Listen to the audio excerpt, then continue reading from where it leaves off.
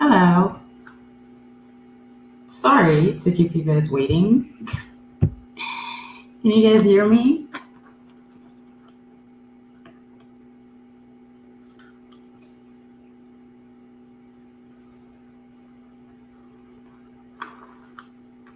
Hi, okay. Oh, so you can hear me. Hi. Sorry, I needed a snack. I made you wait all this for a snack. I needed to microwave my popcorn, but my brother was already using the microwave, so I had to wait my turn. Hello. Hey guys.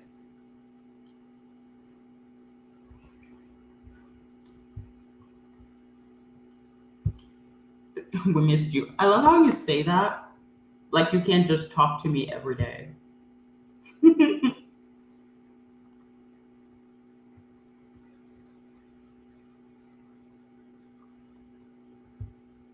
Hey guys, how are you doing? Hello, Ruth.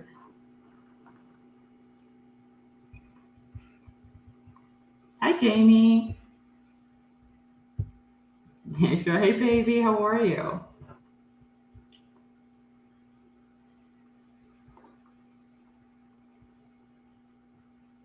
Hello.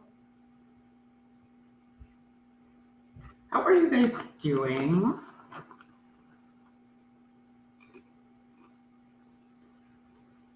Girl, we need more videos. I know, they're coming. They're coming, I promise. Hello, Yasmin, how are you? Let me put this popcorn down for a second. Oh, by the way, in case you haven't noticed, there's a link that I've pinned to questions. If you guys have more questions for me for the Q&A section, you can put your questions there because we have got lots to get through. Where's my tablet? Because I put my notes down here. We can hear you chewing. Oh my god, I'm sorry.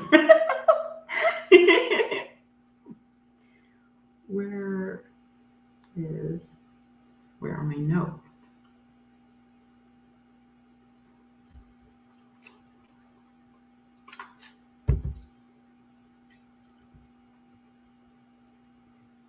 Hello guys. Everyone who's just joining, hi, hello.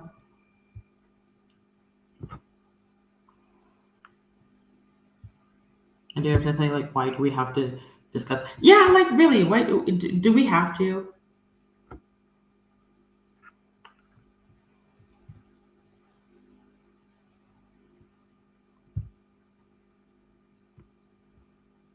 Yeah, I love that I have so many Indian subscribers.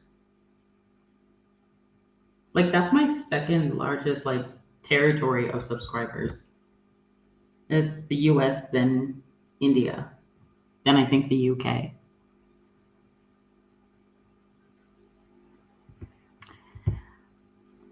There's like 100 people. We can start on the topics, right? There's like 100 people here.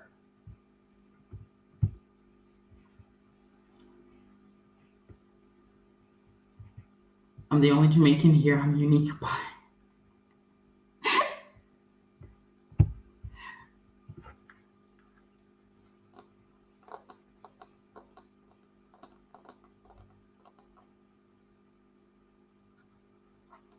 Hi from France. Hello. Okay, so I guess we can start, right? I figured we should get the most exhausting topic out of the way because, as you can imagine, my least favorite topic on the planet. We're gonna start with new jeans. Yay! Isn't that just fun? Every day there's something to say about these girls. It's incredibly exhausting, but that was my most requested topic in the document that I gave you guys last month. The month before that. Isn't it ridiculous? I told you guys that I was really going to keep up with this, and none of you believed me. And it was a good thing that you didn't believe me because you're only now getting a second episode. Okay, so I listed down like some of the things that happened between the first episode and now, right? They lost the injunction. I don't think there's anything to say about that because, like, we all saw this coming from a million miles away, right? We knew that we're not winning this. Like, we're not stupid. But I think what I really wanted to talk about is the laziness of the international community when covering this story. Because to say that I was shocked with the way BBC covered this thing, the questions they asked them, the interview, girl, what was that? What was that?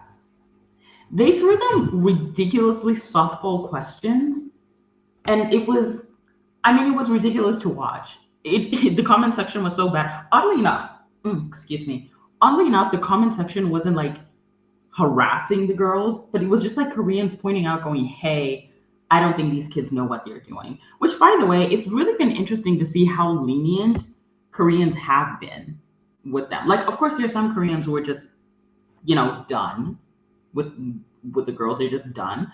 But a lot of them who are correcting them tend to be, they're a lot more lenient than we've seen them with other groups. Like, we know that there's no way they would do this to the former members of 50/50, ablume now, I suppose. Like, no other group would be able to get away with this. And I think it's a testament to how loved these girls are in Korea, truly, because that level of I've been a K-pop stan for almost 7 years now. I have never in my life seen K-pop stans, or K-nets specifically, being this understanding. Never. I have never seen anything like it. Like, I'm genuinely shocked at how, because technically this is how we should treat situations like this. But damn, that was so nice. Even I didn't understand it. So that was something. But yeah, this is true. The woman from CNBC did ask some good questions, and I think the interview with her was very telling on how little the girls know when it comes to like the nitty-gritties of this situation. I don't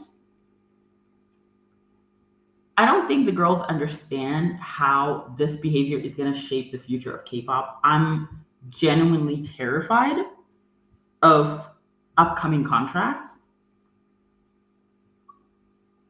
for K-pop idols. They are going to be hell to get out of. They're going to be absolute hell to get out of because of this behavior. I don't know what else to say, but the way the international media has been covering this is ridiculous, and I think that's why it makes sense that Min Hee-jin is pushing them to, to the international media, because a lot of the general fans, I'm not talking about like hardcore K-pop fans, just general newjeans fans who listen to their music, have no clue about the nitty-gritties of the situation. They don't have any idea whatsoever. And I think that's why they're doing all these interviews with such softball and just ridiculously plain questions that do nothing to shed light on what's really going on. And they don't understand that they're literally following Min Hee-jin, thinking that she has their best interests at heart, and she doesn't. She's just using them. I think that's one of the more frustrating things. And I guess I could get into the question which I kept being asked, which is, do you think the members of newjeans are awful people, or they're just manipulated? I had this conversation with Khadija several times, and I feel as if this idea that the only way to be a victim is if you are perfectly clean, you've never done anything wrong in the specific situation, I think that idea needs to die. In fact, I'm seeing this behavior even with Cassie Fine, and after her testimony, with some people going, well, I mean, she used her pretty privilege to get ahead into the industry and get into a relationship with Diddy, so she kind of had it coming, which is a wild take, disturbing take to say the least. But I think that we don't have to pretend like Min Hee-jin does not have a hold on these girls. Mind you, when they got into the industry, people will say, they're adults now, which is true. Majority of the members are adults. But something that Peachy and I talked about is what we were like at their age. And quite frankly, I would like to pretend like I was so smart at that age and I knew what I was doing, but quite frankly, I didn't. I really didn't. Off topic, but the editing of this is so cute. Thank you. Thank you. I know that legally they're adults on paper, but it's one thing to be an adult on paper. It's another thing to be an adult maturity-wise.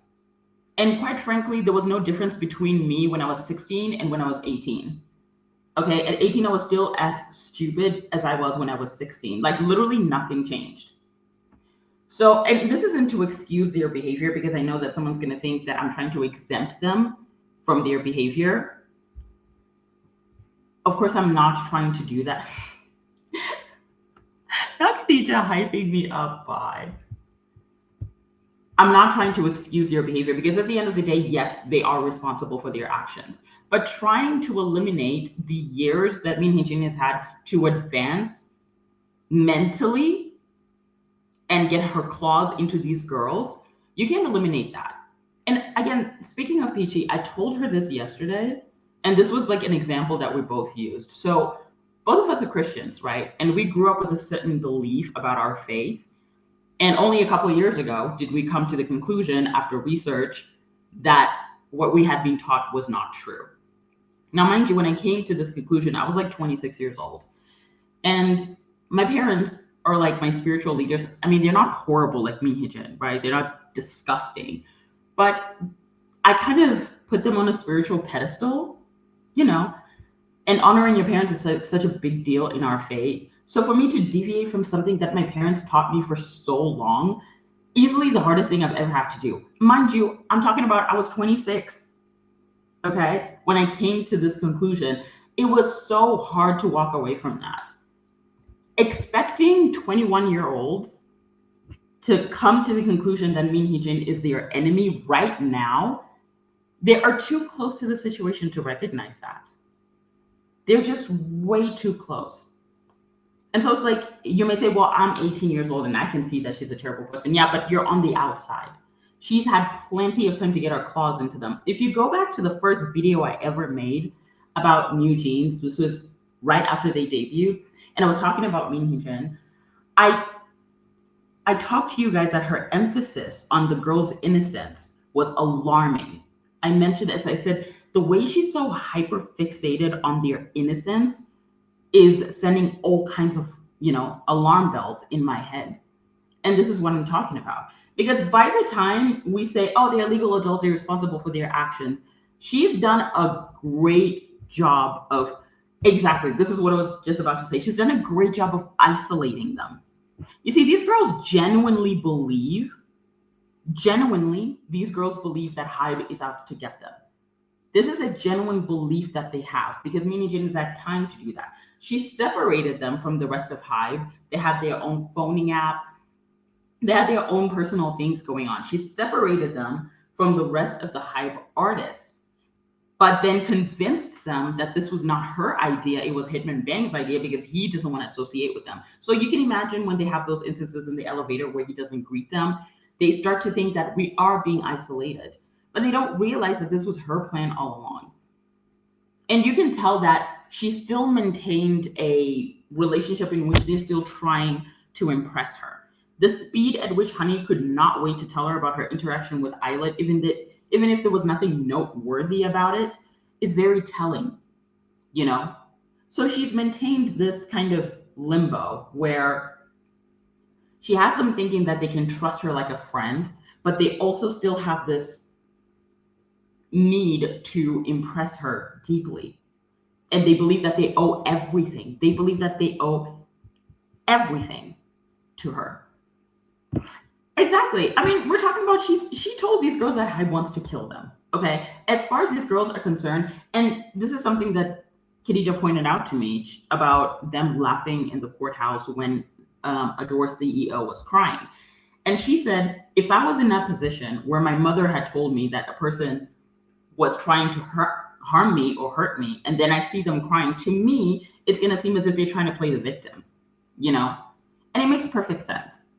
Like, I can't imagine someone trying to convince me that my mom's dangerous to me, my mom's trying to harm me. Like, you can't make me believe that, because I trust my mother with my life. And Min Hee-jin has found a way to kind of insert herself into these girls' lives so that they believe that they are nothing without her. So when she's walking around and telling them that, you know, Hybe wants to kill them, wants to destroy their careers, it's not going to be easy for them to see her as the villain. As far as they're concerned, she's their savior. There's a reason why she's so comfortable with saying that these girls are nothing without her. There's a reason. Exactly. Now, partner that with Korea's culture of hierarchy and loyalty and respect for elders and whatnot. And I think that this is also like a telltale sign about who their parents are, because that was my mom's first concern. She was like, what kind of parents are these? It's telling, truly. And I think especially with the youngest, what's her name? Haein. And kind of like allegedly there was a battle between her parents because her father does not trust Min Hee-jin's intentions and was possibly in conversation with Adore and Hybe. And because her mother is being seen as the one who has her best interest, all legal rights have been given to her. So the fact that 1 out of 10 parents thinks that this is shady should tell you everything you need to know. This is really, really bad for them. And also, it doesn't help when K-pop idols keep supporting them. It honestly doesn't help. I find that absolutely alarming that the members of newjeans have maintained this image of innocent, helpless little girls, right? This is the image that they have. And so K-pop idols just see them as they're cutie patooties. And for some reason, they find a way to keep supporting them, regardless of the fact that they realize that this is their detriment. You think K-pop idols don't see how bad this is for them? Of course they see it. But they continue to support them, and that's very weird. We have to call out that behavior. Like, I'm sorry, if I was Jennie and they showed up, I'm not taking pictures with you. I'm not doing that. That's weird.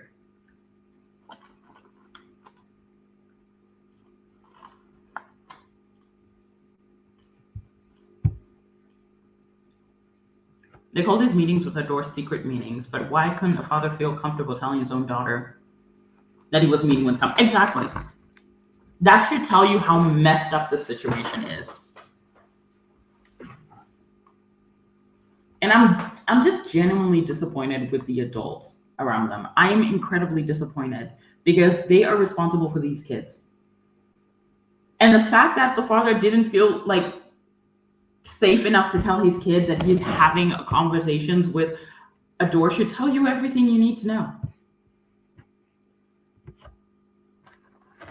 Crazy thing is, and I think what hurts the most is that I told you guys. I did. We tried to warn them, did we not? And nobody would listen. They would hardcore keep defending these girls. They have no leg to stand on concerning why they want to walk away from Hybe. It is simply because Min Hee-jin is no longer a part of Hybe. It is that simple. I know that people do not want to hear it.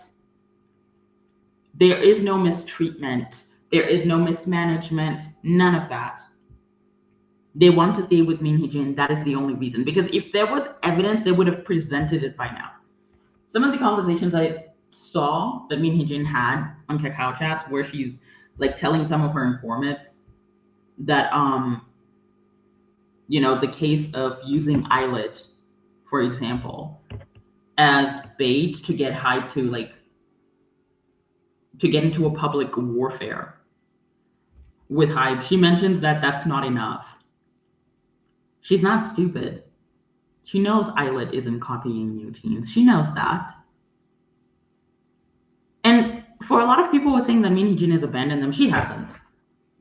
Those girls are her meal ticket. As long as there is public support, she has no intention of abandoning them. She's not going to do that. She's scheming. She's doing what she always does. She is scheming behind the scenes. And if anyone believes that she's just sitting around and doing nothing, you are delusional. And if you think that support for newjeans is just going to vanish into thin air, you're also delusional. It's just not going to happen.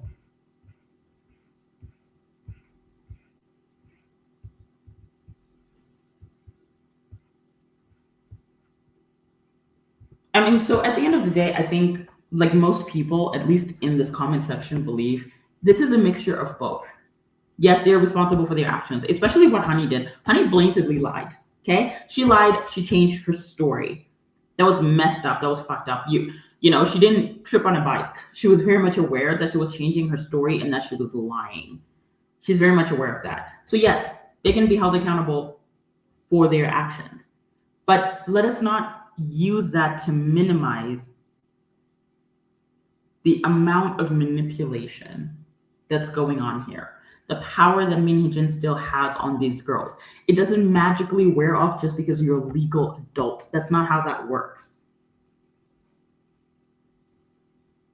And this is coming from someone who's had to deal with emotional and psychological abuse before. This is not something you just magically shake off just because you've reached the big age of 21. That's not how this works.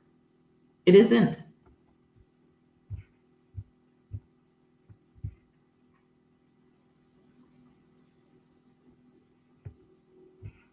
So as to whether they know that they aren't mistreated and they're just doing this to be with Minhyejin, I cannot make a guess on that.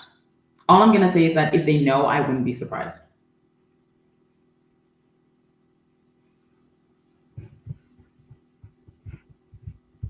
Yeah, like that's one thing that we really have to talk about. Honey messed up big time. Like, how are you so comfortable lying about it?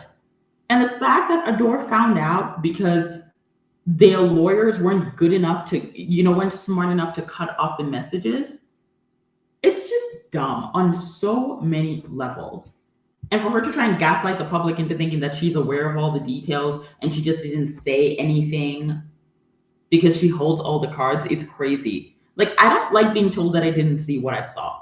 You know what I mean? I've always hated that. Which also, by the way, speaking of newjeans fans, we need to talk about Team Bunnies because I'm so very confused. Like, how is this like a group of fans? This can't be a group of fans. You can't tell me that these people are not in communication with teams that are helping the members of newjeans. They're walking around threatening to sue people for speaking up the truth. People who've who filmed newjeans, what do you call them, fan cams, when they are used in videos. These people walking around and copy striking like smaller channels who are reporting facts on this case. It's crazy. They're doing everything they can to silence the truth. It's weird.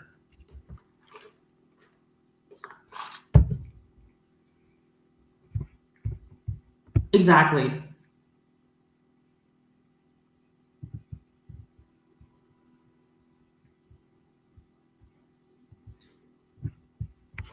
I don't think, sometimes I genuinely wonder if bunnies care about newjeans at all. Like, do you guys really care? Because if you did, you wouldn't do this. There's a rumor that Team Bunnies is PR. I would not be surprised if that rumor was true.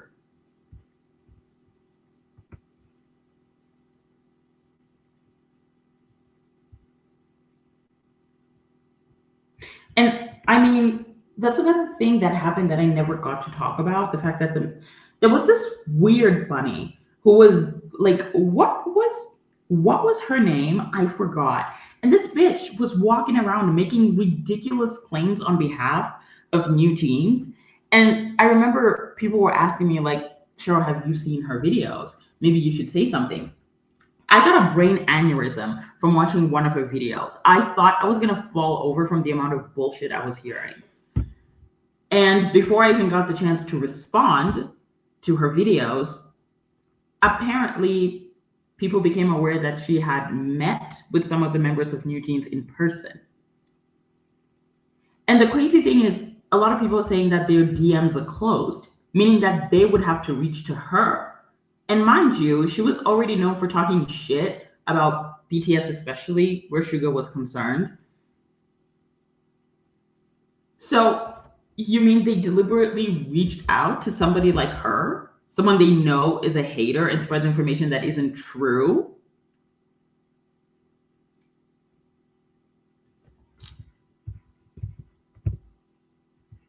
That's ridiculous.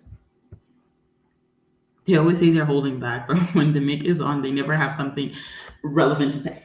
I don't like people like that. I don't like people like that. Like, I had an experience with someone like that. It was like, I keep holding back. I was like, bitch, you have something to say, then say it. Because it's like, when they have the opportunity to speak, whether it's a press conference, whether it's an interview, there is nothing they say of relevance. Nothing. But they always swear that they are holding back. Like, dude.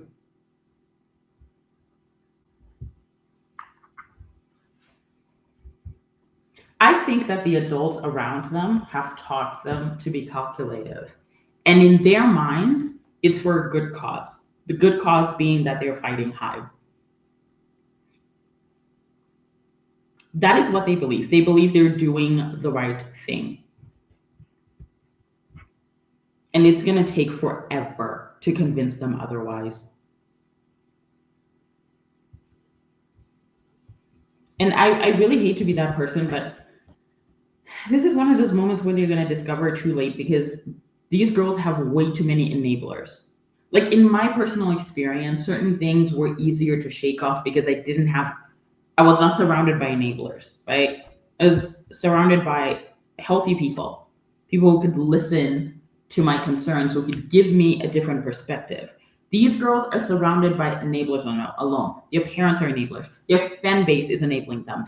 And everyone who interviews them is just giving them these soft cookie cutter questions where they don't have to face the reality of their behavior. And speaking of, that's another thing I forgot to talk about. You know, when Honey went to the assembly, I did not talk about her live with Minji after that. That was absolutely disturbing. You think I'm healthy? Yes, I think you and Artie are healthy. I think this is where a lot of people really started to question their motives. When Honey was talking about how she knew that the second she cried, the cameras were going to start like flashing even harder, and they were laughing about it as if they did not just throw another innocent group that has done absolutely nothing to them under the bus. I think that with Min Hee-jin, part of her manipulation is, yeah, you know what? This is it. It's filling them with a sense of entitlement. I think she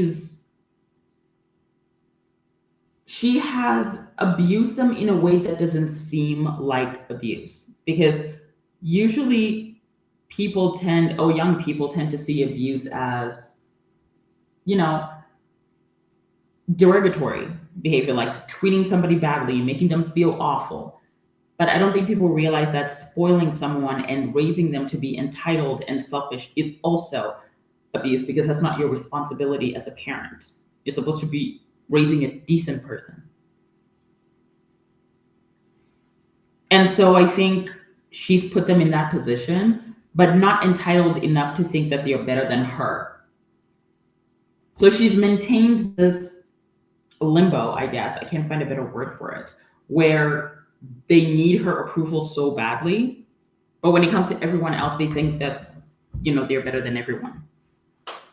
But also at the same time, she's enabled them to believe that they're victims of HYBE, which, again, this is not me trying to like be a HYBE glazer, because I know that, you know, criticizing the members of newjeans nowadays is seen as like ass kissing HYBE. I don't have a reason to do that. I'm just assessing the situation as how I see it.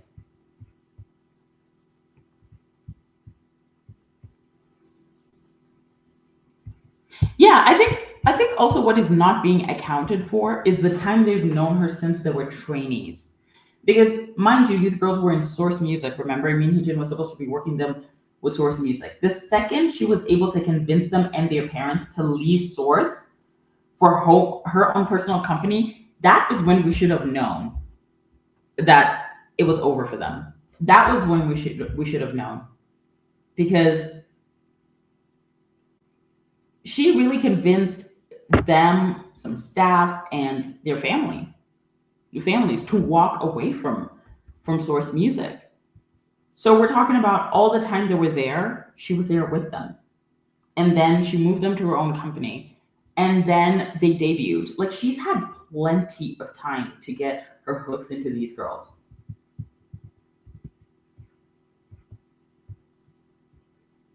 What is wrong with you?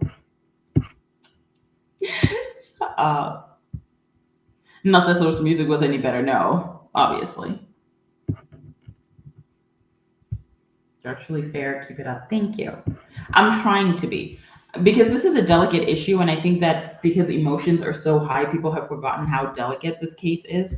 And I understand that. This isn't to judge people. It's hard to be fair in a highly emotional situation, especially for people who like Stan La Seraphim and Illit. It's exhausting because every comeback we have to expect some bullshit, right? And so for people who stand those groups, they're having a hard time, or like armies, they're having a hard time sympathizing with these girls or seeing them as victims. And I'm not judging them for it, but I do think that a little compassion does not mean that you don't have to hold them accountable for anything. You can be compassionate, but you can be firm. It's possible. And it seems as if, speaking of Danielle, it seems as if these girls also have roles, which is something that I wanted to discuss. It's like Minji is the one who says stuff online. Honey is like the spokesperson. And then Danielle is like the prop girl. Like every time she opens her mouth, she is singing Min Hee-jin's praises or something. It's like each and every one of them have like this particular role that they ought to play. It's very strange. It's like a strange thing.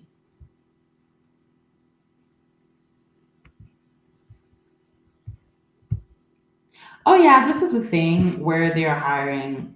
It's giving culture. They're hiring all sorts of lawyers now, and some candidates are starting to wonder if this is like, is this about justice or is this about showing each other up?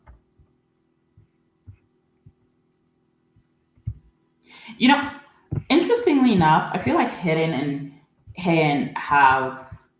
Oh, Mimi, hi, hello. How are you? It's been a while, yeah. How are you? Um, I think the minors have been pushed back a little bit to not say or do anything because I think Mini Jin is aware that if she tries to push the younger ones, that's just asking for trouble. So I think for her, they're just kind of like the backup. She's just waiting for the right time to use. You know what? Exactly, right there. She's just waiting for the right time to use them. So Danielle and Honey is supposed to be the outspoken ones, which is interesting because they're they're the English speaking idols, right? So she has the English speaking idols as her mouthpieces. God, this woman is sick.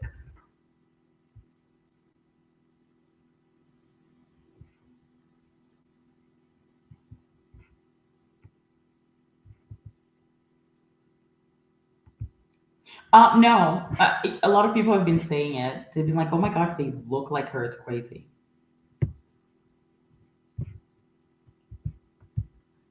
I just missed you. Where have you been? Really busy.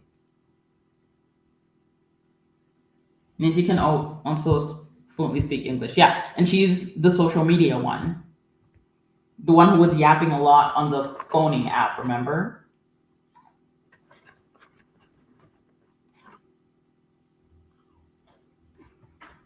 I think I said all I need to say on topic of new jeans. In case, unless if you guys have questions, just leave them in the document. I'll respond to them. There's like 22 questions. Alrighty, we need to move on to the next topic because I feel like we're not going to give them enough time. Topic 2, Lisa. This should be fun. That was the second most requested topic in the document. Was, oh my god, please talk about Lisa. This hate train is not normal. It has got to be orchestrated. Please talk about Lisa. So let's talk about Lisa.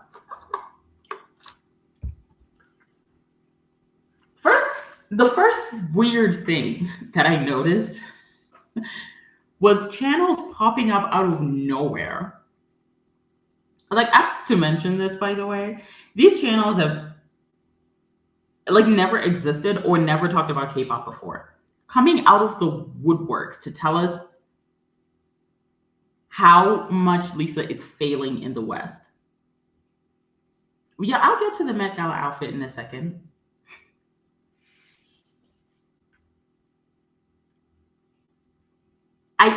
I think we need to talk about where are these channels coming from? And then, mind you, all these channels have nothing but glorious things to say about all the other members. How is this happening? You can't tell me that that is normal. It's very shady. And mind you, I feel like these channels are being backed up by people because the way, even on accounts where I don't follow K-pop anything, I find their content being recommended to me. Like, what is happening? This is giving very Hailey Bieber-esque. This has to be orchestrated because this is not normal. Like, at all. These people coming out of nowhere. Out of nowhere. I couldn't find a single video saying anything nice about Lisa. Like, all they do is talk about how Lisa sucks and she is terrible and how all the other members of Blackpink are just heavenly and everything that you're doing is perfect and they really know what they're doing. Like, dude, where is this coming from? These channels, I'm so serious. I went to look at these channels, the dates that were created, look at their oldest content. They have never made content before, ever. But they just came out of nowhere to tell us how much they hate Lisa. That's not normal. It's really weird.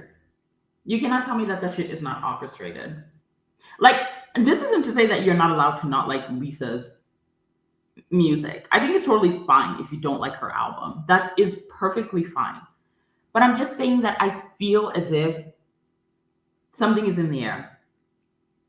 And also, I think it's important to mention that the standards for Lisa, because we need to talk about this, and this has been itching me for a while, the standards for Lisa are simply not the same for the rest of Blackpink. I'm telling you, Blackpink can do anything and it will be hailed. The second Lisa does something, it's just not good enough.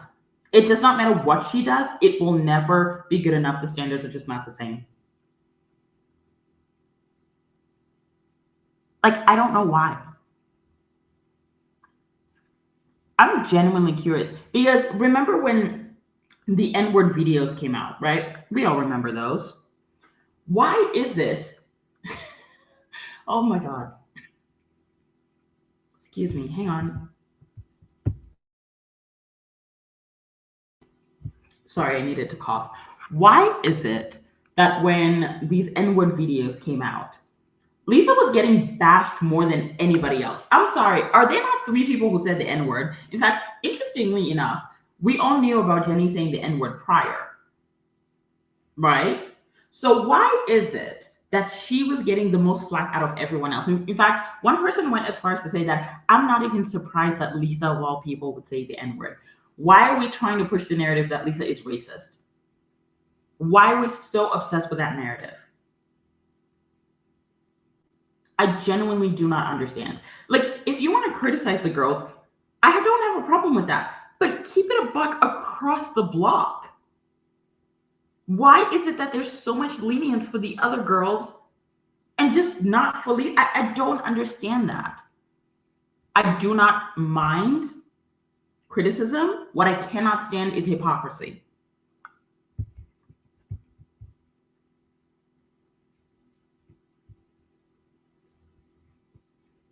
Perhaps that's the reason. Again, this is not to say that you cannot criticize Lisa. You want to criticize her, I am all for it, right? She's an artist, she's going to get criticized. What I don't understand is why when members do what she does, they hardly ever get criticized. Why? No, like I'm serious. The number of times like Jennie out here saying the N-word, like she's actually the one who said the N-word before. We all knew about this prior. Yet apparently we're just not surprised that Lisa said the N-word because of course she did. Why are y'all desperate for Lisa to be racist? What is it? You know, that's an interesting thing is that this should have been the main topic. Like at this point, I wouldn't even be surprised if I find out that Jisoo probably said it as well, because I don't know what it is with YG artists and rapping this word, okay? Like I feel like all the trainees at some point rapped that word. That should have been the bigger conversation, but instead we're just focused on Lisa. It's tiring. Like you want to criticize Lisa, that's fine, but hey, criticize the rest of the members too. Okay? And also, while we're talking about standards for Lisa, I like to talk about where Lisa's performances are concerned. You know, when she performed at the Oscars, everybody was so desperate to try and convince us that Lisa was lip syncing. Oh my God, you people. Some people asked me, and I'll talk about this later, but some people asked me, how did you feel about Jennie's Ruby Experience performances? And all I could say is if Lisa showed up performing like that, she wouldn't get away with it. There's no way in hell she would get away with it. You saw how people tore her to shreds for her VMA performance. Oh, but Jennie shows up and throws a couple of arms around, and Jisoo does a little dancey dance, and all of a sudden, oh my God, they ate the stage up. But Lisa breaking her back at the VMAs was a horrible performance. You people just no. Mm-mm.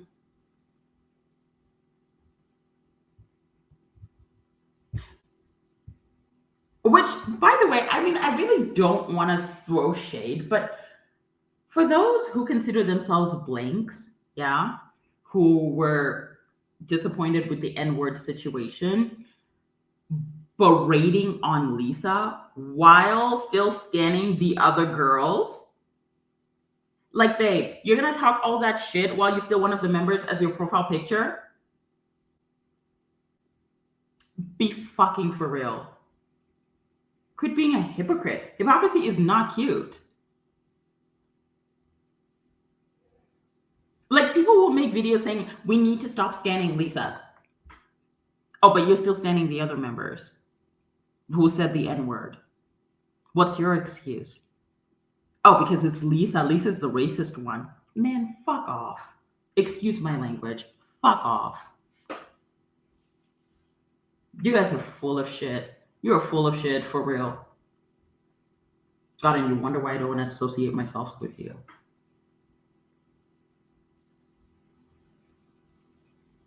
I'm telling you, the Blinks are a mess.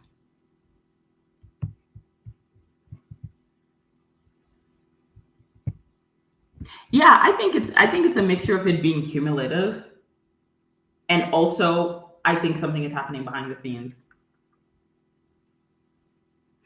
So while we're still talking about Lisa, we may as well talk about the Met Gala outfit, because again, since we're talking about standards, one thing I've also noticed about Lisa is that whenever she gets vindicated in a situation, people tend to move the goalpost. Because tell me why at first people said that, you know, her outfit was disrespectful to Rosa Parks, only to find out that it wasn't Rosa Parks.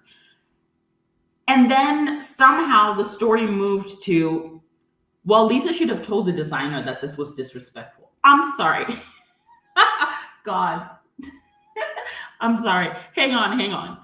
Do we not spend every day on social media telling people, do not tell Black people how to express themselves? Do not tell Black artists how to express their art. Do not tell Black people how to feel about certain situations, how to express the way that they feel. But all of a sudden now Lisa is supposed to have the grit to tell the designer that the outfit is disrespectful? Are you people normal? You people are full of shit. Like, are you joking? Now she's supposed to tell the Black designer how to express themselves? Really? Just say you want to drag her. Just say that. Because why does the goalpost move for her every time?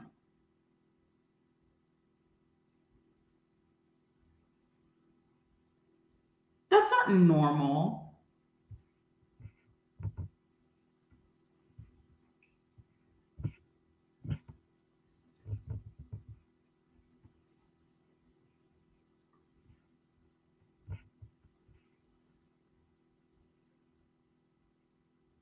You know, it's funny. People keep insisting that she lip sync. Did it ever occur to you that maybe it's because she just didn't have a lot to sing? One, two, she sang a song that her vocal tone could actually sing properly. Like, I watched fan cams of people who recorded this, okay? I know what I saw and I know what I heard. She didn't lip sync anything. She sang. She actually sang. I'm sorry that this is so hard for people to accept that it's possible for Lisa to sing proper. You know, by the way, you remember what Dara said? I know that, we're not fans of Dara right now, but she did say something interesting. She said that when Lisa would sing during their trainee days, they would tell her to like turn her mic off, to keep it down. Taeyang said that every time she performed, she got A's across the board, including vocals. So maybe, just maybe, at the Oscars, because she didn't have to sing a lot, one, and two, she sang something that was actually in a vocal range, she didn't struggle. It's the same thing with Mocha. Remember, she struggles to sing Magnetic, but then when she performed When We Disco with JYP, she sang it so flawlessly. It's not that she can't sing, she can. So how about we not do that? Which, by the way, since we're speaking on Illit, the way people will do anything to try and claim that Illit cannot sing, like people are having schizophrenic attacks because Illit can sing.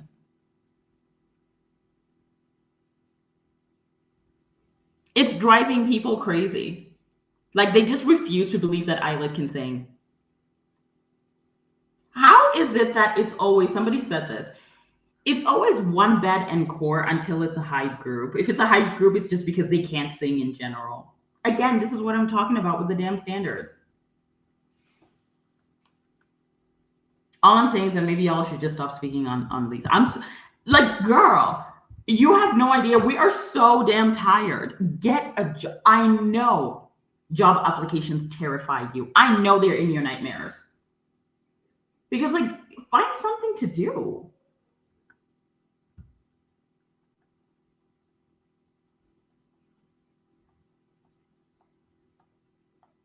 Trying to pretend that these girls can't sing, it's boring, okay? Please find something else to do.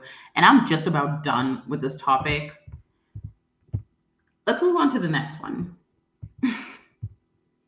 God, why are all these topics so stressful? Attrakt. So they lost ownership over Cupid.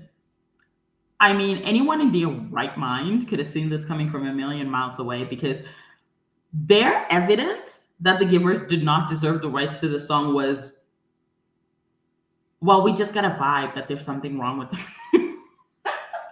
Listen, I'm no fan of the Givers, right? Everybody knows that. The Givers can go to hell for all I care. However, the fact that Attrakt really thought, like, what did they think they were doing?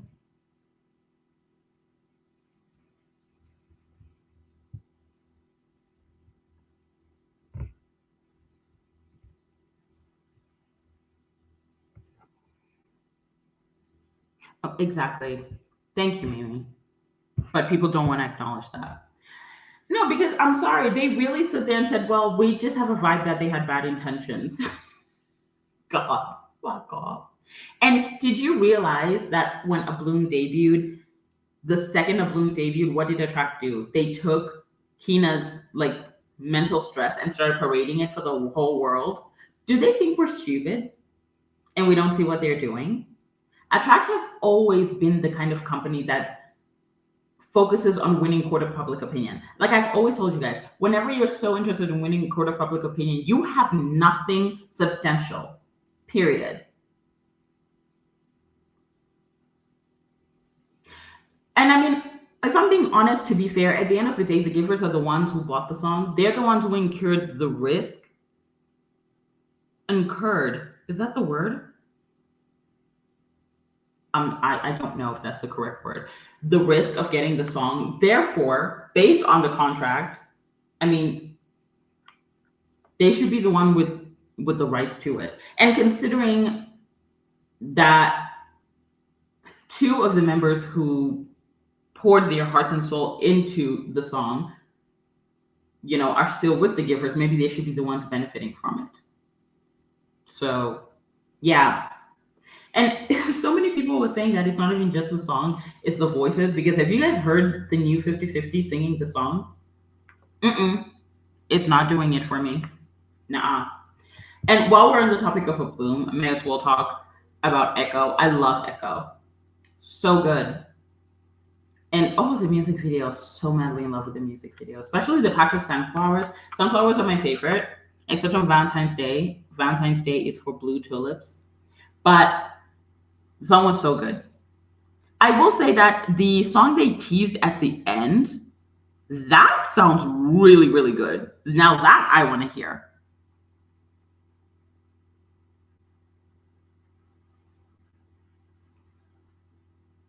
And the Koreans are so upset, by the way. They're like, oh my gosh. So when we stream the song, the new 50/50 are not gonna get the benefits. They're a little upset, but apparently they're not gonna stop streaming the song.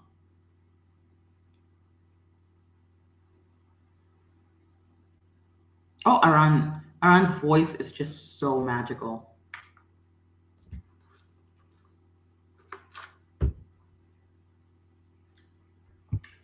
Anyway, it is what it is. And for people who keep saying that we need to free Kina, look, girl, Kina made the decision she believed was best for her. Okay, so stop trying to fight to free her. She didn't ask for your help. Next topic, please. Oh, I have been itching to discuss this. You have no idea. I have been dying to talk about this. I've been itching to discuss this because this is the type of shit I've been talking about. Exactly. The girl does not want to be freed. I have been dying to talk about this because I wanted to talk about this for so long, but I couldn't because I feel like I have a condition on this channel. I see bullshit from a million miles away. I try to warn people. They get mad at me. Cheryl, you're doing too much. And then like 7 months later, people realize that I was right. This is one of those situations. I need to talk about Daisy. Daisy and her big mouth specifically. Because I started questioning this behavior from the second she started talking about veneers. Because you know, as a glit, I've been dying to talk about this. So it goes a few months back. The members of illit, specifically everybody was discussing their teeth, right? It just became a topic of discussion. And specifically where Iroha and Wonhee were concerned. Mind you, these are the minors in the group, yeah? And people were talking all kinds of shit about their looks, harassing them, making unsavory and disgusting jokes on them. I don't even want to repeat some of the things I heard about Wonhee, okay? I will not even repeat. Let's just say that it involved Hitman Bang and it was sexual, okay? So I don't even just use your imagination. And the damn teeth. And here comes Daisy, yeah? Like, people have been talking about veneers lately. You know that's not what's been happening. People have been bullying Illit about veneers lately. That's not what's been going on. And then she spends like a plethora of time talking about how great her dentist was and her teeth was. And like, does she think we're stupid? Does she think we're dumb? Like, I knew what she was trying to do. And I wanted to say something, but then I realized, I can't say anything right now because people are not going to see it.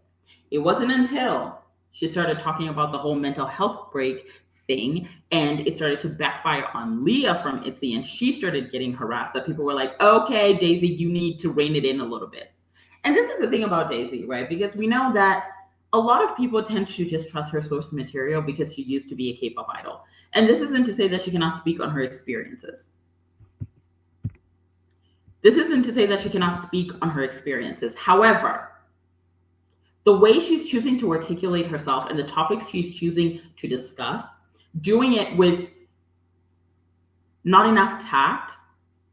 Peachy used an example, by the way, of I think we all remember Gracie, and when she spoke about her experiences, she was as tactful as she possibly could be. Daisy just opens her mouth and yaps because she knows that when people are here to listen, they're looking for tea. They're looking for information about things that they did not know about the industry before. And she knows what she's doing. She knows that when she discusses these things, it causes controversy, therefore causing more traffic for her content. And this little stunt she pulled talking about, every time we're told it was a mental health break, nobody like really had mental health issues. You think she didn't know what people were going to say? That people were going to start speculating on which idol went on a mental health break, if that wasn't really a mental health break? She's not dumb.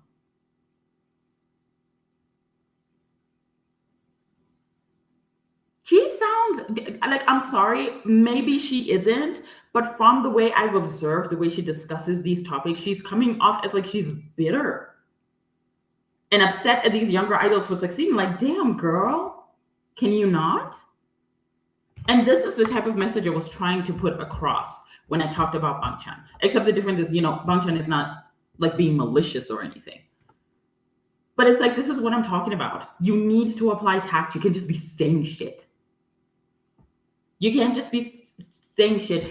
It's exhausting. The way she keeps talking about these topics, it's exhausting. It is so obvious, to me at least from my observation, that it came off as clout chasing.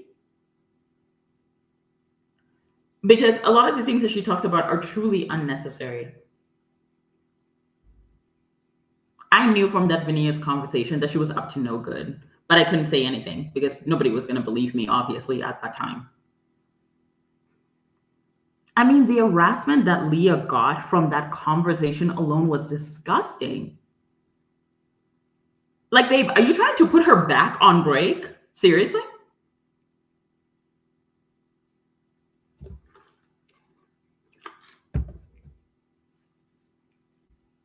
And this is what I'm talking about when I talk about freedom of speech. When I made that video and said that idols can't get freedom of speech because K-pop is not ready for it, this is what I'm talking about. Freedom of speech does not come with freedom of consequence. There's consequences to that freedom of speech. People can just say whatever they want, whenever they want. Somebody is going to pay. Oh yeah, let's not forget the comment about Yeon talking about, Yeon dropped. Was it like out of classes or something? Turns out she actually didn't, and that information was just not accurate. This is what I'm talking about. This is what freedom of speech does.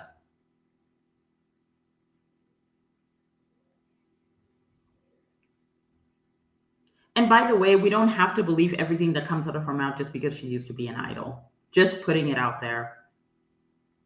She's capable of dishonesty like the rest of us.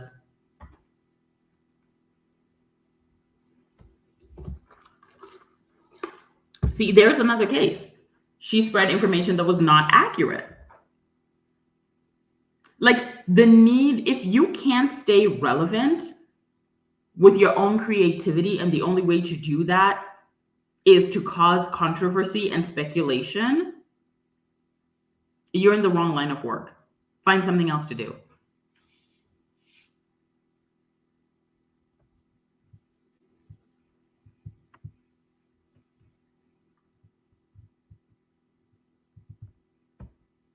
Cheryl, I used a video of yours to write a whole research paper my first semester of college. Oh my God, really? I built it from just K-pop to all public figures and discussing the nuances of free speech. So thank you. Oh my gosh, that just made my day. Oh, that just made my day. Thank you. That's so sweet. This is why I love making content. Okay, when people like send me emails and say I wrote a paper, or I did a debate using some of your points, like this is a shit that makes me happy. This is why I do content. Thank you so much. Thank you.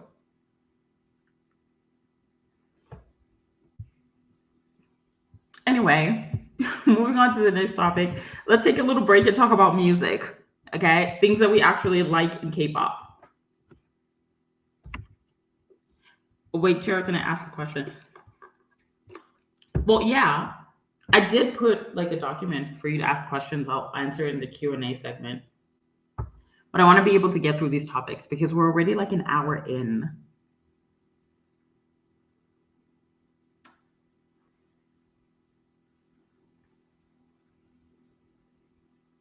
Ooh, that's something to talk about. Okay, album reviews, right? I saw some people asking, some of the questions that were asked here were about albums that I've been enjoying. Let's talk about it. First and foremost, I would like to start by talking about kiiikii's album because, girl, I I did not expect to like that album. Oh wait, hang on. I also got 95% on that paper. I went down a rabbit hole with free speech. Let me tell you, it was. Oh my gosh, are you serious? I was living in the library reading law books of all day. Oh my gosh, that makes me so happy. I'm proud of you. 95%. That's amazing. I'm so freaking proud of you.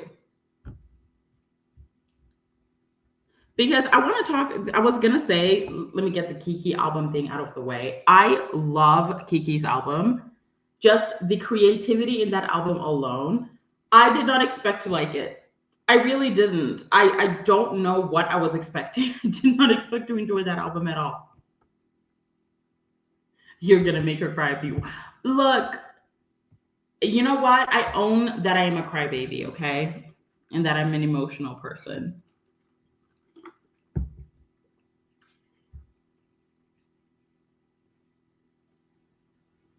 I'm glad I got that grade. It was 65% of my grade for the class. Wow. Anyway, right now, my current album of obsessions, riize's new album, babe. Listen, I don't know what took me so long to get on the riize train, but oh my god, I was scrolling through my YouTube shorts the other day, and I saw a preview of what's the song in Girl? Ember to Solar. Is that what it's called? That one. And I was like, oh my God. Oh my God. So I went to pre-save the album because I wanted to see what it would sound like. And then when is it Fly Up or Fly High? Fly Up came out, I felt like I was watching High School Musical. And it wasn't just me, because one of the top comments were like, oh my God, I feel like this is High School Musical. This is music. This is what music is supposed to sound like. It was so good. It's kiiikiii. I'm so enjoying kiiikii's album. I can't tell you how many times I've listened to that album. It's 10's album. I need to talk about Stunner because, oh my God, 10. Oh my God. This is music. I feel so pretty, by the way, when I listen to Stunner. And it's an amazing song. Truly, I did not think that he could top any of the music he's done before. But oh my gosh, I'm so addicted to Stunner. I can't stop talking about that song. I cannot. Just, ugh, I can't. I am yet to listen to Jin's album, by the way. I have not. When it comes to BTS albums, I have to clear my schedule, bitch. Okay, because those albums are good. They need like my schedule to be cleared. It took me like a month before I listened to RM's album because I needed my mind to be cleared. Who else? Oh, someone asked about IVE's EP. Babe, that was my morning alarm. Every morning I have to sing I'm That Girl. It's IVE. IVE is always gonna make amazing music. Are we even surprised?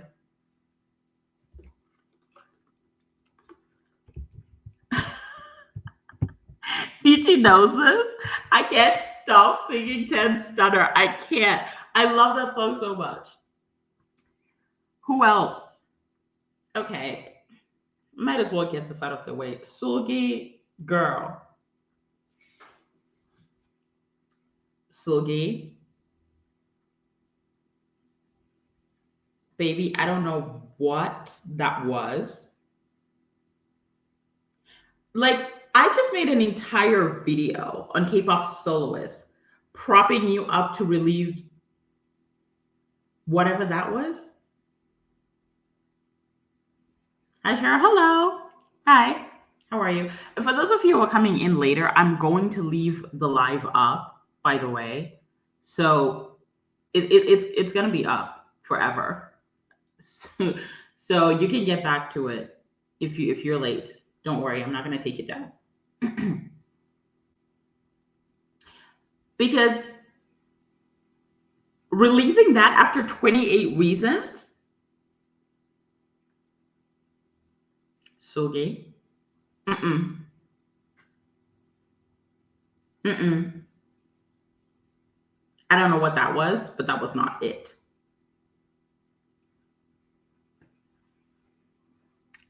Who else do Idol? I have not listened. Well, it's Idol now. I have not listened to Idol's album, but I have listened to the songs that have come out, and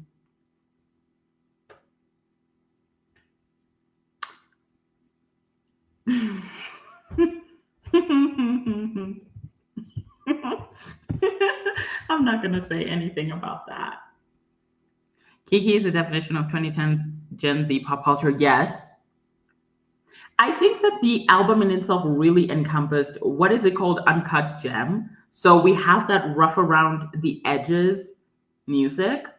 I love Been That Girl. I listen to it so frequently.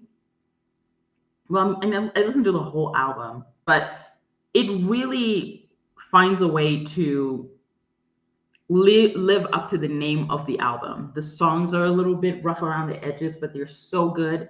They're so fun to listen to. I love the creativity, the way they play with sound and instrumentals, and their vocals are just so perfect. The way they can go from raspy raps to like soft, dreamy vocals is just everything. That album was done so perfectly. Idol lost the plot because I was sitting here thinking Soohyun was about to eat with this marketing, but no. Mm-mm. Le Seraphim. That is another album. 10 out of 10, zero complaints. Zero complaints. Ash is such a fantastic song. I feel like I'm floating when I'm listening to Ash. It's like, oh my God, so beautiful. That song was amazing. The album overall was amazing, but babe, Ash just does things to my soul.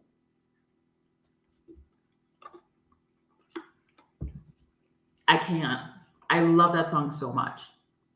I just listened to Illit's highlight medley because it came out while I was in the middle of my everything shower. I had an everything shower today. I feel freaking amazing. You have no idea.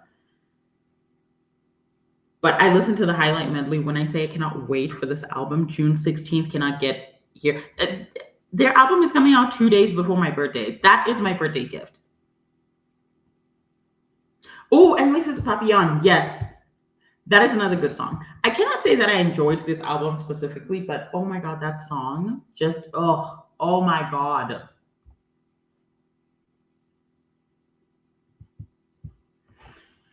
Okay, now that I've gotten almost everyone out of the way, I know that a lot of people wanted me to talk about what I thought about Jennie's album. I'm gonna start off. Oh, I have not spoken about Gnarly. I was gonna say something, right? Initially, when the song came out, I was like, what the fuck is this? Like, somebody asked me on my community post, and I said, bitch, this better be a humiliation ritual because what the fuck?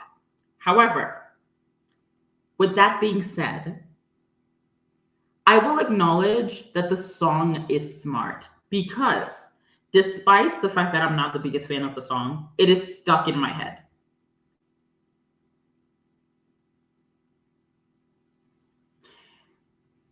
I think that Gnarly and even Meow's music is scratching an itch that K-pop fans have somewhere that is not being fed because everyone and their mother is trying this whole soothing, girly music. And not that it is bad.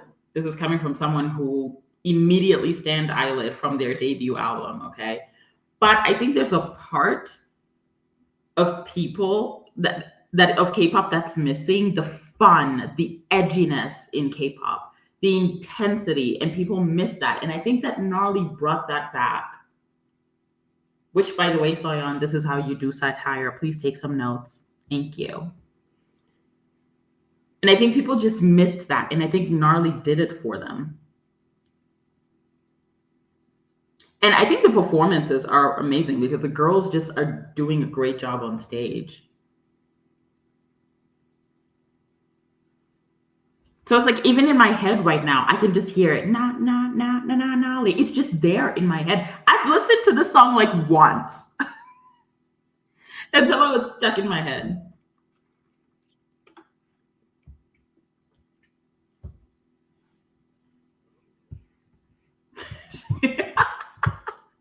Yeji.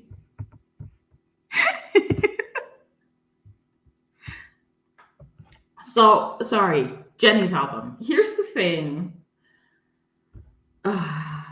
Here's the thing about Jennie.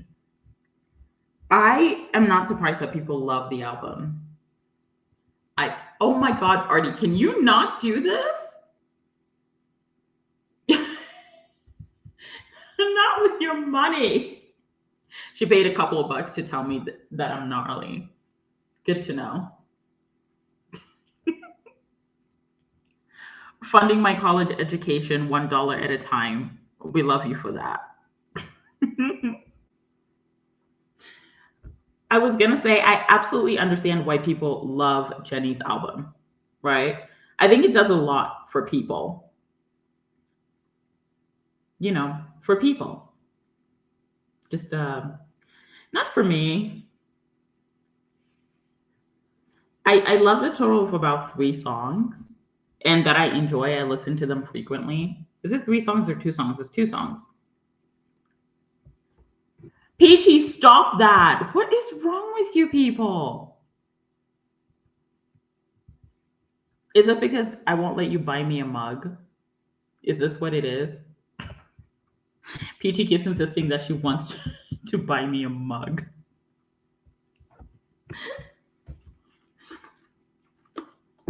And I won't give her my address. Not because I don't trust her, but because I don't want her to spend money on a mug. She knows that I love cute mugs. I love cute pink things all the time. My best friends just have a habit of whenever they find something cute on Amazon, they have to show it to me because I love pink, cute, fluffy things. They just drive me crazy.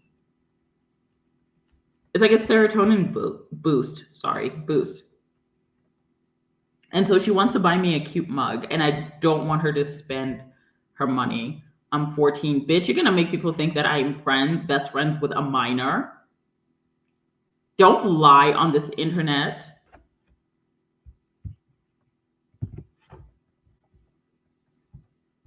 Peachy's a grown woman, you guys.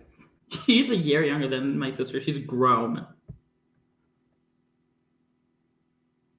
Oh my God, you guys are my sister's age. Stop lying. Anyway, what was I saying? I understand the appeal of Jennie's album. I love Extra L. That is the song that I listen to the most.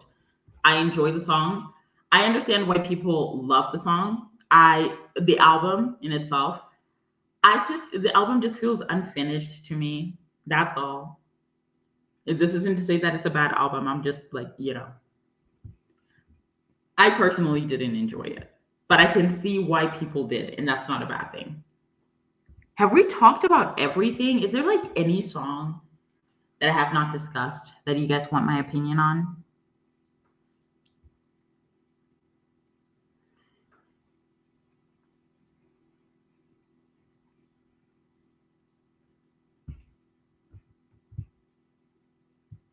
Yeah, I mainly stay for the Doechii verse because, Doechii ate. Which, by the way, I just want to say this discourse about Doechii and the way she was speaking to her staff, right? I get people defending her, but all I'm going to say is that if that was Tyla, that is not how y'all would have reacted. Just putting it out there, since we're talking about double standards. Oh, 1999. There's something I have not discussed. So good. I don't care. Mark makes amazing music. Oh, and because of your username TXT, I am so in love with Love Language. You do not even understand. I am obsessed with this song. It's so good.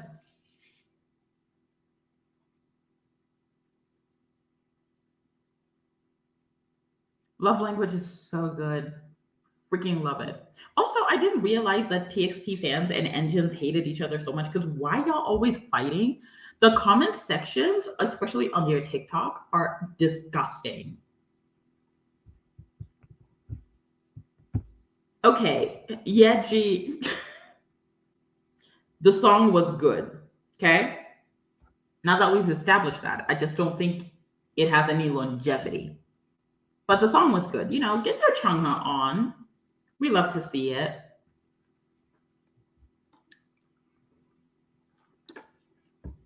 What did Doechii do? Okay, there's a video of her trying to, on her way to the Met Gala, she didn't want people to see the outfit before she got there.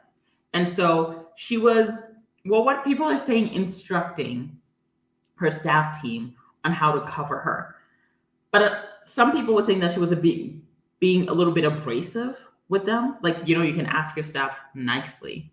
While other people were saying maybe she was yelling because there was so much noise around. She wanted to make sure the staff could hear her. I don't know, but a lot of people were saying that it was really abrasive and she was talking to them not so great. So a lot of people have been kind of like defending her, while other people have been really criticizing her. All I'm just saying is that if it was Tyla, the consensus would have been a resounding, she's a spoiled brat and a bitch. I haven't really thought about Yuna as a soloist, but while we're on the topic of Yuna, we may as well talk about the hip pads. Yuna was not wearing any hip pads that day, okay? I think we should just establish that. If you take a screenshot from that performance and overlay it with her performance for You Go Girl, I think you will quickly realize that she did not have any hip pads on that day. What she had was an unflattering pair of jeans.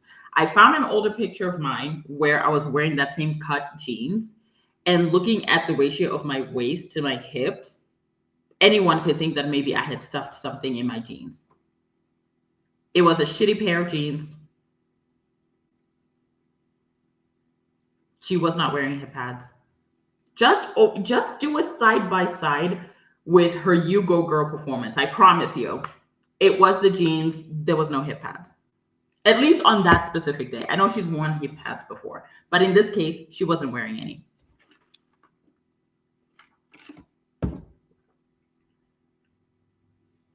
Ooh, let's talk about Garam. Next topic. Because Garam is back. And within like 3 days, she has over 700,000 followers on Instagram. This girl was in the industry for 2 weeks. 2 weeks. That is her power. Because Cheryl's got that body. Bye.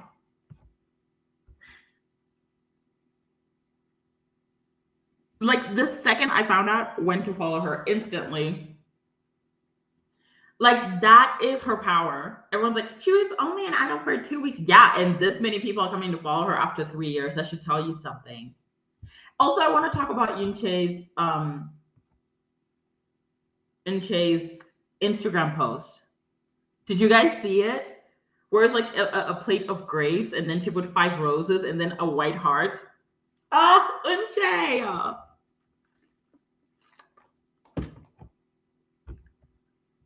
700K is crazy, right? Within the first day alone was about 500,000. In the first like 24 hours, I was like, yo, what the fuck? But eunchae's post, oh my gosh, it tugged at my heartstrings. That was so sweet of her. She said, you better know. You better know that I'm still on her side. It was like, it's like, you know, the grapes, it was so obvious because that is the song that Garam is most known for, because her vocals shined in Sour Grapes. And it was just perfect.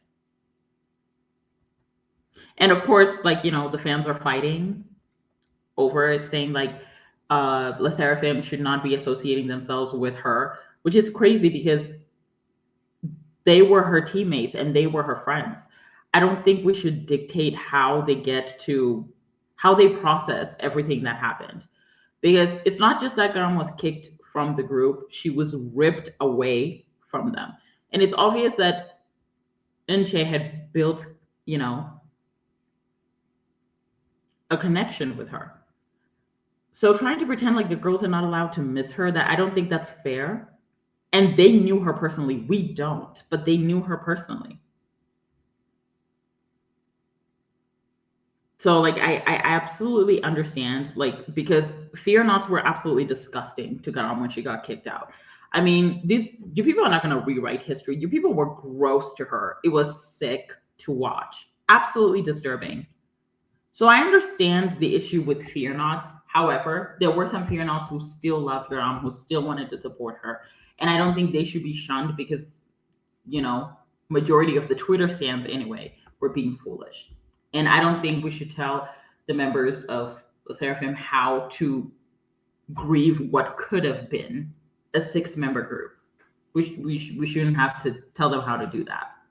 So if eunchae wants to post some sour grapes and a white heart, let her.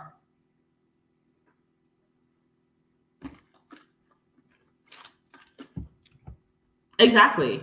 Because they were the youngest members. So of course they had a bond. So trying to be like, wow, eunchae should not be doing that. Girl, shut up.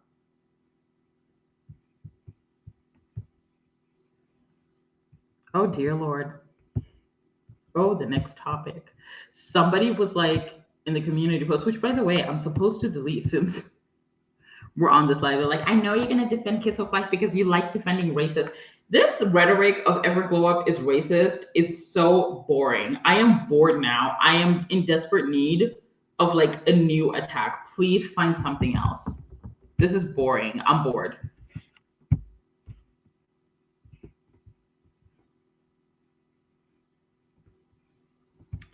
Hang on. Let me delete this post first. What's your love language?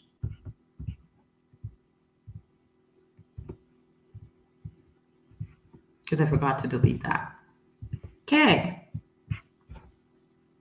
So, Kiss of Life.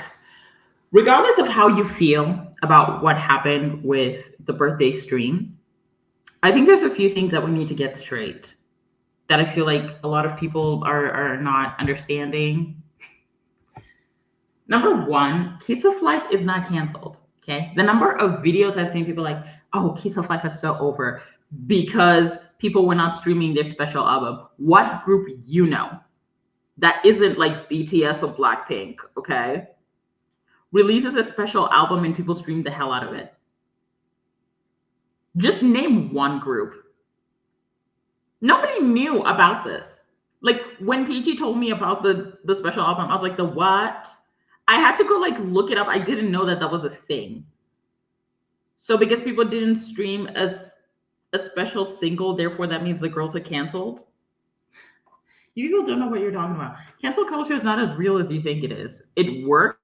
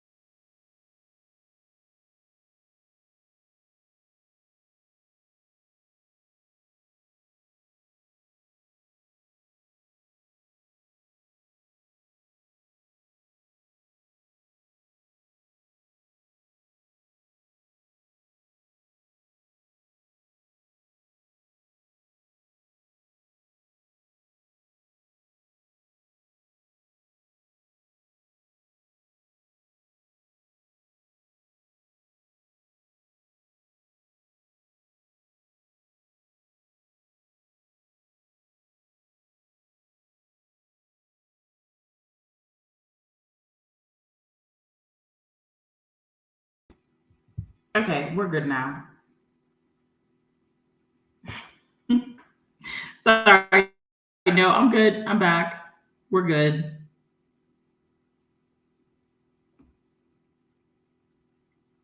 It wasn't I didn't mute myself. It was actually my Wi-Fi being dramatic.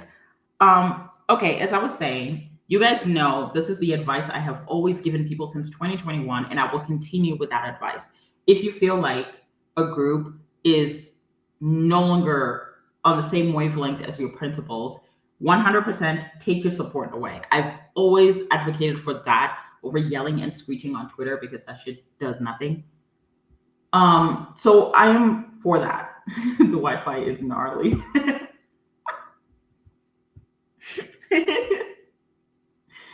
You're silly. So I am all for that.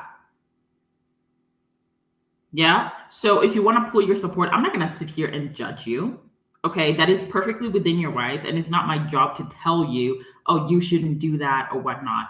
If you believe this is the right thing to do to no longer stay in case of life, that is fine. Nobody should be giving you grief about it. Nobody should be, harassing you for it.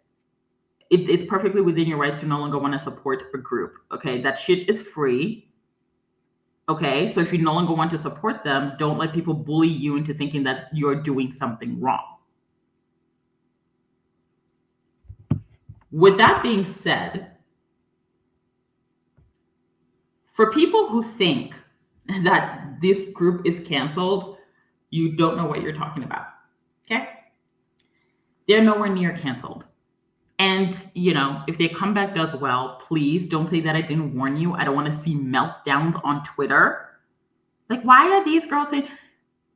You need to understand, and this is something that I've had to understand myself, not just as a black K-pop fan, but a black person in general. Not everyone is here for your cause. And I know that that is something we don't want to hear because we want to believe that people are good people and they have the heart to support the same causes that we do. But you have to understand that people's thresholds are different. Some people are just not going to be offended. Some people are not going to be bothered. And some people want to keep standing them. And you are going to have to let them. If you want to be left alone for no longer standing these girls, you cannot walk around and harass people who still want to listen to their music. Please be aware of that. I said this before, and I know that it really upset a lot of people, but damn, the world does not revolve around you and your culture. This is like something I had to learn myself as a black person. Not everything revolves around me or any African culture that I am aware of. If I have an issue with the disrespect of my culture, not everyone is gonna take it to heart. I remember, I don't know if you guys were there, like the whole back and forth between the South Africans and the African Americans in New Orleans. If you remember the whole Zulu parade thing. And I'm sorry, the first time I saw that, I was genuinely, not to be a terrible person, I was genuinely disgusted. I was like, they call this an African Zulu parade? What the fuck, dude? And like, as someone who grew up very close to that culture and understands what that means to the Zulu people, I couldn't tell you how. I was flabbergasted. I was like, what the fuck is this? And so, of course, the South Africans weren't having it and they were upset. And this led to a whole back and forth with African Americans telling them to shut up and to be quiet. And South Africans were really upset because they said, we thought African Americans of all people understand cultural appropriation. Why is it that somehow the rules don't apply for you? But that's something that I've had to learn, that not everyone is going to support your cause. They're not going to see things the way that you do. And so if people still want to stand Kiss of Life, you are going to have to let them. If you're disappointed that people are still supporting them, that's fine. You can talk about it. You can tweet about it. But you don't dictate people's lives. That's just the truth. And so to say that Kiss of Life is canceled, and dude, you don't know what you're talking about. They're not canceled at all by anybody.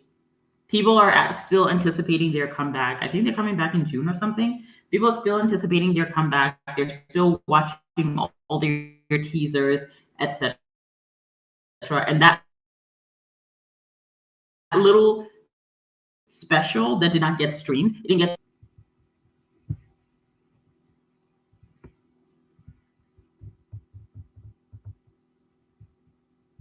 It wasn't a comeback. So again, just try to respect goes both ways. Respect people who no longer want to stand Kiss of Life, okay? They have every right not to. You don't have to sit around here and try to belittle them and say that they're sensitive and dramatic and all that. No, okay? But also at the same time, those who still want to stand Kiss of Life, hey, you're going to have to let them, okay? You're not going to stop them. Because here's what's going to happen. And I keep telling you guys, the same thing always happens. You get upset at people who are not offended and who still want to stand the group. And then here's what happens. It will get to a point where you can no longer tell Kiss of Life anything. It happened with Jennie. Remember, I made an entire video about it explaining to you how we've gotten to this point where Jennie is spoon-fed everything. She can do whatever she wants and people will praise it because she's gone through so much hate now. Her fans just don't tolerate it. The same thing happened to Giselle, and it's going to happen with Kiss of Life. If you guys walk around harassing the people who still want to stand the group and harassing the group, it's going to get to a point where your fans are going to spin out of control the way fearnots have. They're going to snap. And before you know it, you're not going to be able to correct Kiss of Life on anything.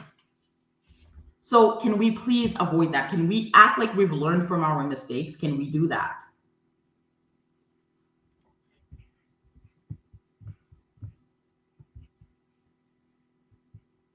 No, that's true. I feel like there's a lot of people who, but I do have to mention a little something. And this is something I tried to explain last year. It didn't go over very well. But there are a lot of people who I've come to notice that they're big on quote unquote unstanding on paper. And what I mean by that is that they will love to tell everybody, we haven't stand this group. And yet for some reason, they're still getting streamed. I said this during something was organized last year.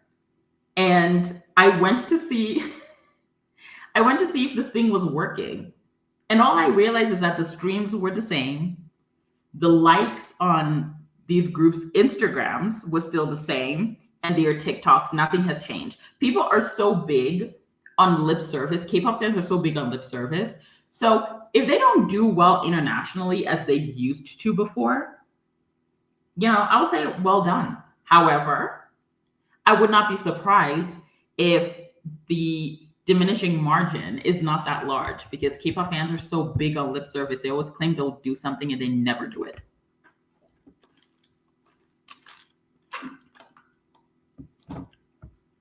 So, if international stands really are tired, you will see them diminish internationally. However, there are some international stands who have a habit of claiming that they will do something and they don't do it.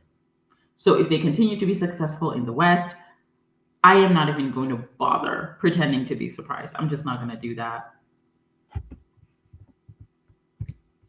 No, but you're not allowed to say that. Boycotts never work in K-pop, and that's about. You're not allowed to say that. Even if that's the truth, you're not allowed to say that. Okay, here's my thing with Kim Soohyun, because that was another highly requested topic. Talk about Kim Soohyun. I'm gonna be honest with you. I'm just not ready to talk about it.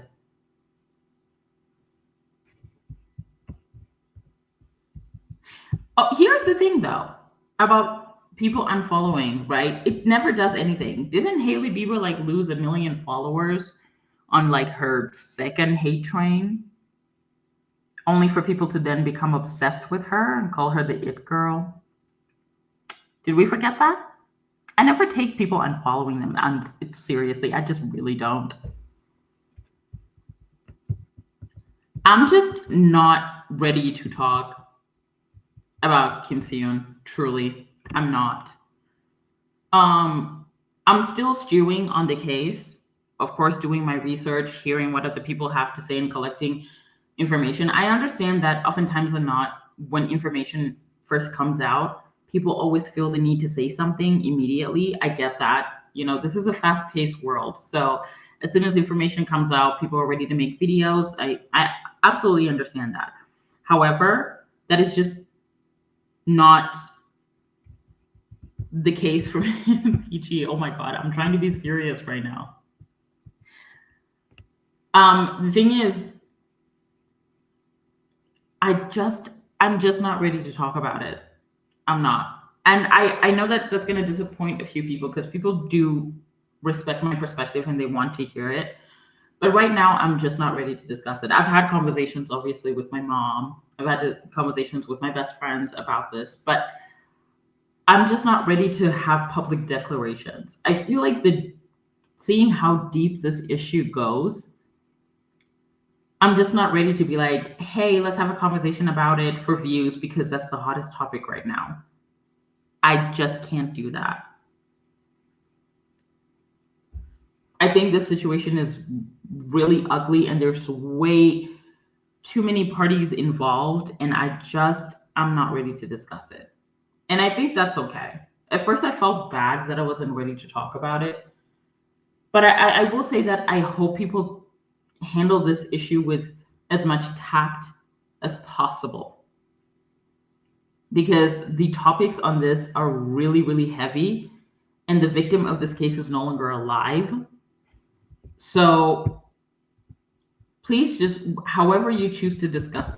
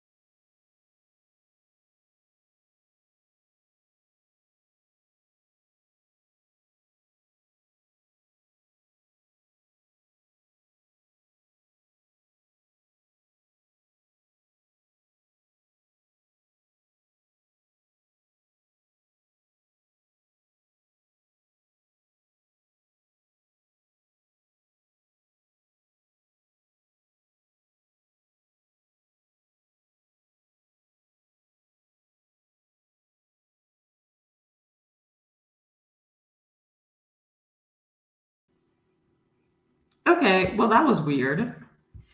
Sorry.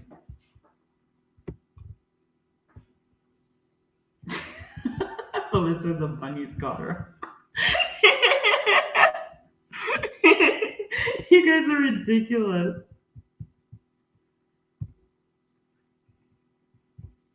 No, nobody got me. Unfortunately, I'm still here.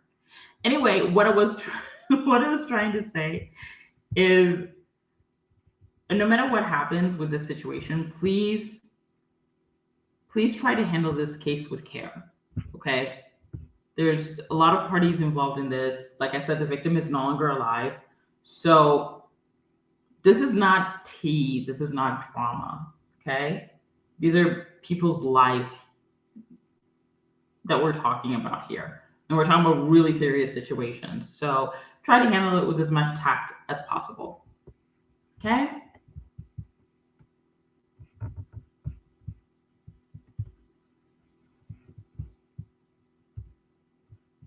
I'm going to need to start answering questions right now. Because my Wi-Fi is just not happy with me. Put down some questions. I typed them down here.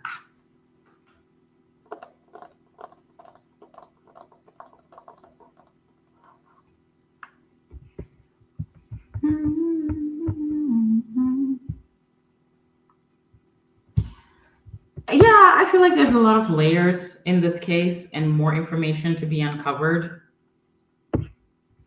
And I'm worried that this could be like another issue, because the fact that there is a possibility that so many other celebrities were aware of his behavior and what is going on. I said something to my mom a while back. You know, she's also a fan of Korean dramas, and I said, Mom, it's not normal that a lot of these like leads that we know, like, get to the age 40, they're not married, no family, no nothing. Like, that's just, it's weird. I'm sorry, it's weird, it's strange. Something is not adding up. Okay? And now I'm starting to wonder how many of these are in situations like this.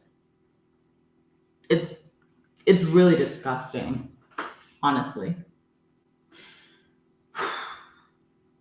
Okay, let's move on from that, because I would like to get to your questions. I put together like the most frequently asked questions in the Q&A segment, and then I'm going to get to this document. So let's see what we have here. This was an interesting question. Someone said, what's your relationship with Christianity, and how does it relate to listening to circular music such as K-pop? So I feel like a lot of like Christians are different. For example, my parents are not really big on circular music. That's one thing. A lot of people have always talked about, oh, I'm Christian, I don't listen to circular music. Here's, for me, the system is simple. I listen to the Holy Spirit. He tells me something is weird, I'm not listening to it. That's it. So it's not always like, I look at the lyrics, I'm like, these lyrics are strange. There's got to be some Illuminati shit going on here. No. I will say that God gave me my intuition for a reason. So if my intuition doesn't vibe with something, that's fine. Sometimes it could be nothing to do with my faith. I just don't want to be repeating certain lyrics. Like, I love Go by BTS. It's such a good song, but like, I don't want to I don't want to be talking about squandering fun, you know. I'm not like them. I'm not a millionaire. So sometimes it has to do with just my personal feelings. Sometimes it has to do with conviction, and other times it has to do with my intuition. I believe that God gave me an intuition for a reason. If I just feel like something isn't right, I just don't listen to it. So it's that simple. The second one, are we getting a Chaewon episode on Stage Presence Evolution? Yes, you are. You will get that very, very soon, actually. All I'll say is that I finished writing the script.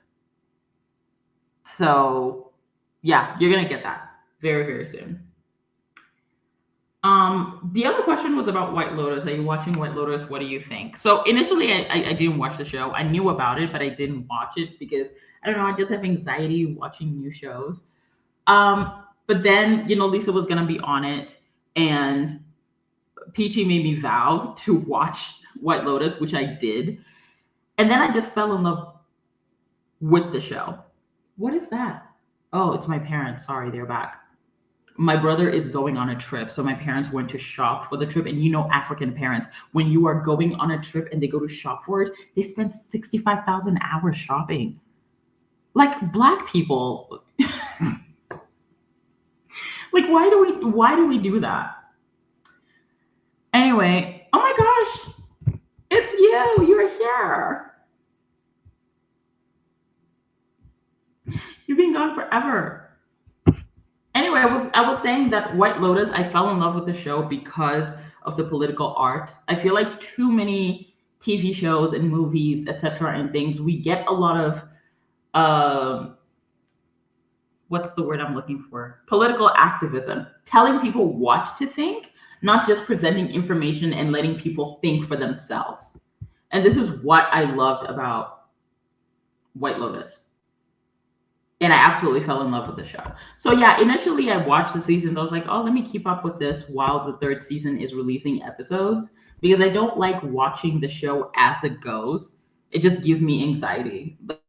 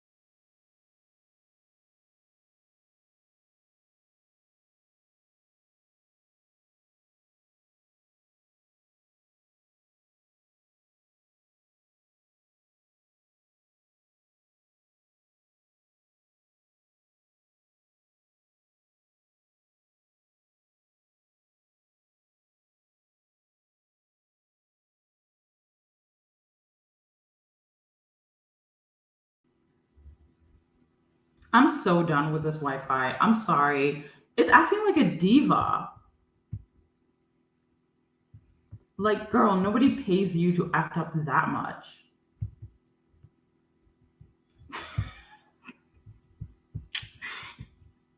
Will you people stop?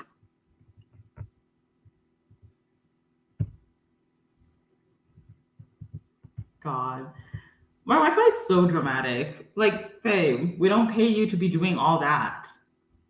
Also, I think my parents are home, so one of them is probably like ruining the Wi Fi by looking up something they shouldn't be. But anyway, the point is, I loved watching the show. I think the second season was my favorite. I loved the conversations around that. Obviously, as like a young person who wants to get married someday, that was an interesting season to watch. The first one was also so very good. I like seeing like people's difference of opinion on the characters. Damn, so you're not the only dramatic one in that house. Fuck off. Shut up. Anyway, next question. Could you talk about how you deal with being disinterested in K-pop or any hobby in general? I feel like I've lost interest in K-pop. How do you deal with this? I mentioned in a comment once, I think it was on a video of Mara's, and I said that my sister described K-pop as like going to Disneyland every single day, right? Sometimes you just tend to get overwhelmed. My suggestion for getting tired of K-pop or a hobby is to just get new hobbies. Because the thing about it is that I don't know why people think that hobbies have to be things that you're good at. That's not always the case. Okay, you don't have to be good at a hobby for it to be a hobby. So finding new hobbies is a good thing. I was telling my mom, like, we have videos now of people telling us like hobbies to find. Is that not just pathetic? But I would say find new hobbies, take a break from K-pop. That's a thing that you can do, or withdraw yourself from social media, K-pop social media. Because the thing about it is like Twitter and all that can be incredibly overstimulating, and it can make it hard for you to just enjoy the music. And I think another issue that we have is something Peachy reminded me of. She said in your video about K-pop soloists, you talked about how people enjoy standing islet because standing islet is an experience. I think what's happening in K-pop right now is that they're just pumping up songs. There was a time when K-pop used to be an experience. Now people just like pumping up songs, and most of them either have a similar vibe or similar sound, and people just end up getting bored. I think people miss that interactive part of K-pop, like getting excited. Like when it comes to islet, I get so excited about their comebacks and like their light stick, being like an interactive light stick. And I think it's the same thing with newjeans. So every time islet or newjeans release something, the one youngism girlies are gonna be like losing their minds. They're gonna be thinking about all the aesthetics they can make, all the little videos they can edit. They're gonna be thinking about like what song suits what aesthetic they like and things like that. And I think that that's what's missing in K-pop in general. People miss that. So I would just say find new hobbies. That's my advice. What happened to your Instagram? This is a question I didn't answer. I deleted it. I just downloaded all the information I knew from the Instagram and then I deleted it. It's not that I wasn't as active on there. I feel like I was only talking to like 2 people on Instagram, like Frosty and Laura. I wasn't really talking to anybody else on Instagram. And Peachy and Artie, I talked to them on Discord. So I decided to get rid of it.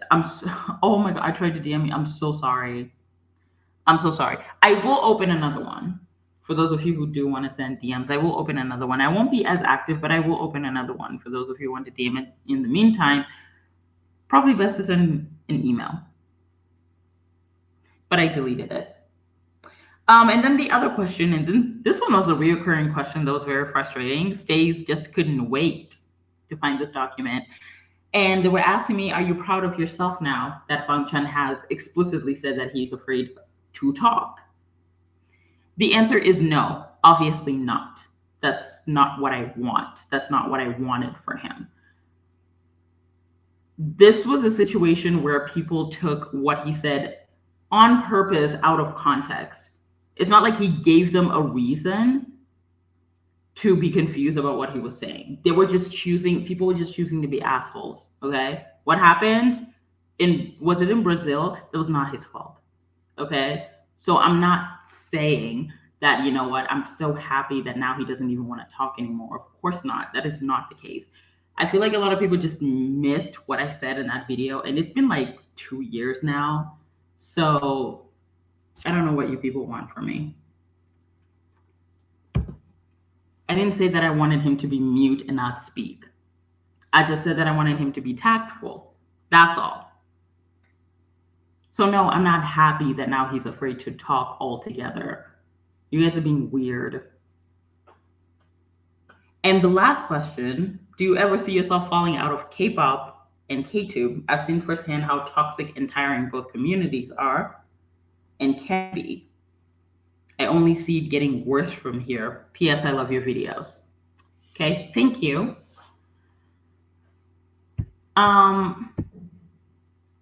Here's my thing. I feel like with K-pop and K-tube, like any community in the world, right? Any community, you're gonna have positive and negative experiences. And depending on your threshold and how much you can handle, sometimes the good outweighs the bad, and sometimes vice versa. And I think for me, what happened is that I'm talking about personal experiences. So I'm not talking about like anything I might have said and then, they had a problem with it or they criticized it. I'm talking about actual personal experiences that the public knows nothing about. Sometimes the bad just outweighs the good, and this was my case, associating myself with the K-tube community. Initially, I had no intentions of doing that because I always stood alone. And there was a time when associating your channel with me was considered a risk. So especially like 2020, 2021, when I was making content at that time, especially before I hit the tens of thousands of subscribers, people didn't want to say they liked my content. They didn't want to say that they watched my videos, because at that time saying that, it was, oh my gosh, I can't believe you listened to that bitch, you know? So, and I'm not, this is not me judging. I think if you want to protect your platform, that is a smart thing to do.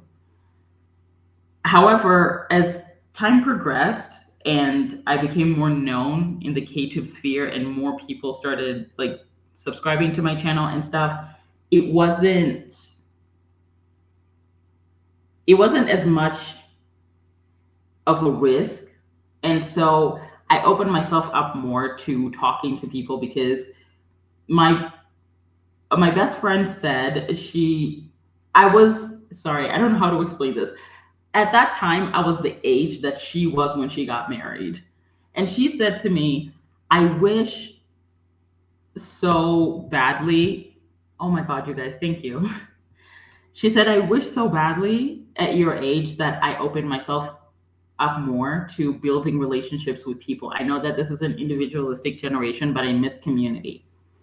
And at that time, she knew that I hadn't had close friends in 8 years. I had a friend stab me in the back in high school, and I took it very personally.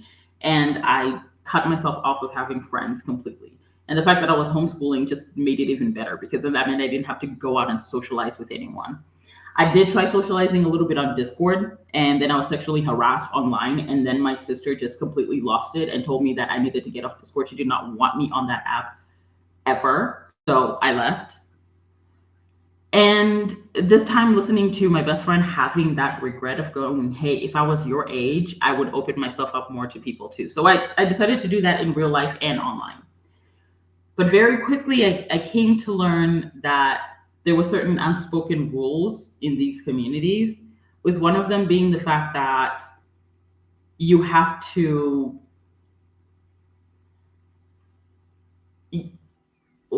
what's the word? You can't speak up against bad behavior or disgusting behavior. People don't tend to like that.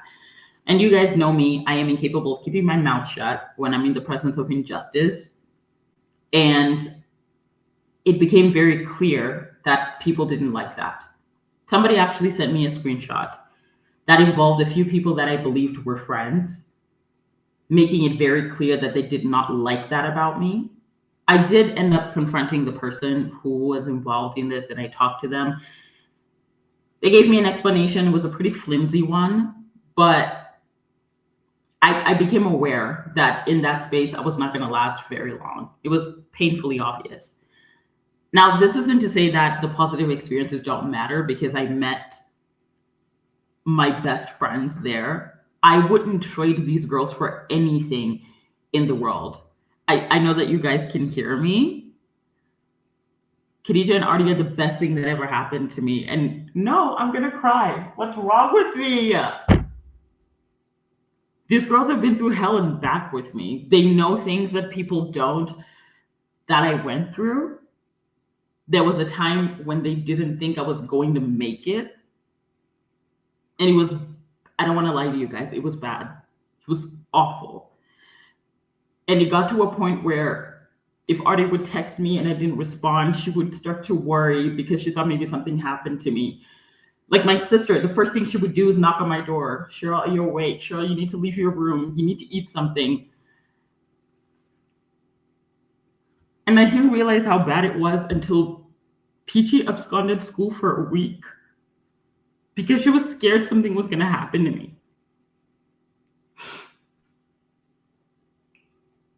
And so I wouldn't trade these girls for anything, okay? I would go through what I went through a million times over. If it meant having them as best friends, I love them like I love my sister. I would do anything for these girls, anything. And they know that. But I think that there are just certain things that happened. People put me through some things that I had no business being put through.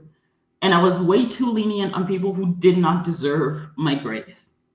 Which is funny because some of those people who I'm no longer friends with will tell you, they were the ones telling me, Cheryl, you're too nice to these people. Cheryl, you exercise way too much leniency when you shouldn't. The problem is when I took that advice and I applied it to them, they didn't like it. But those personal experiences, so watching those experiences be weaponized against me on public platforms to get people to question my character, it was disgusting. On top of everything else that I was going through in my personal life that had nothing to do with them, it was sickening. And it put me in a position where my best friends were constantly worried for my mental health and my physical health. They were absconding school to make sure that I was still alive, worrying my mother, worrying my sister. Like, that's not normal. Someone left like a paragraph talking about, oh, you don't like it when people criticize you and blah, blah. This is not about my public opinions. I don't give a damn what you think about my public opinions. Of course, there are going to be questions. That's normal. You put something out there, people are going to criticize it. That's not my issue. My issue is the personal stuff that happened. And for someone who was not there, who didn't understand what happened, to take that and try to weaponize it to the public simply because they didn't think I wasn't canceled enough, it was sick. Based on one-sided information that was not double-checked. And the crazy thing is, this person is like, you don't know anything. And yet you try to use it for your own personal advantage. It is disturbing. This is not just journalistic integrity we're talking about. We're talking about the character of a human being. That's messed up.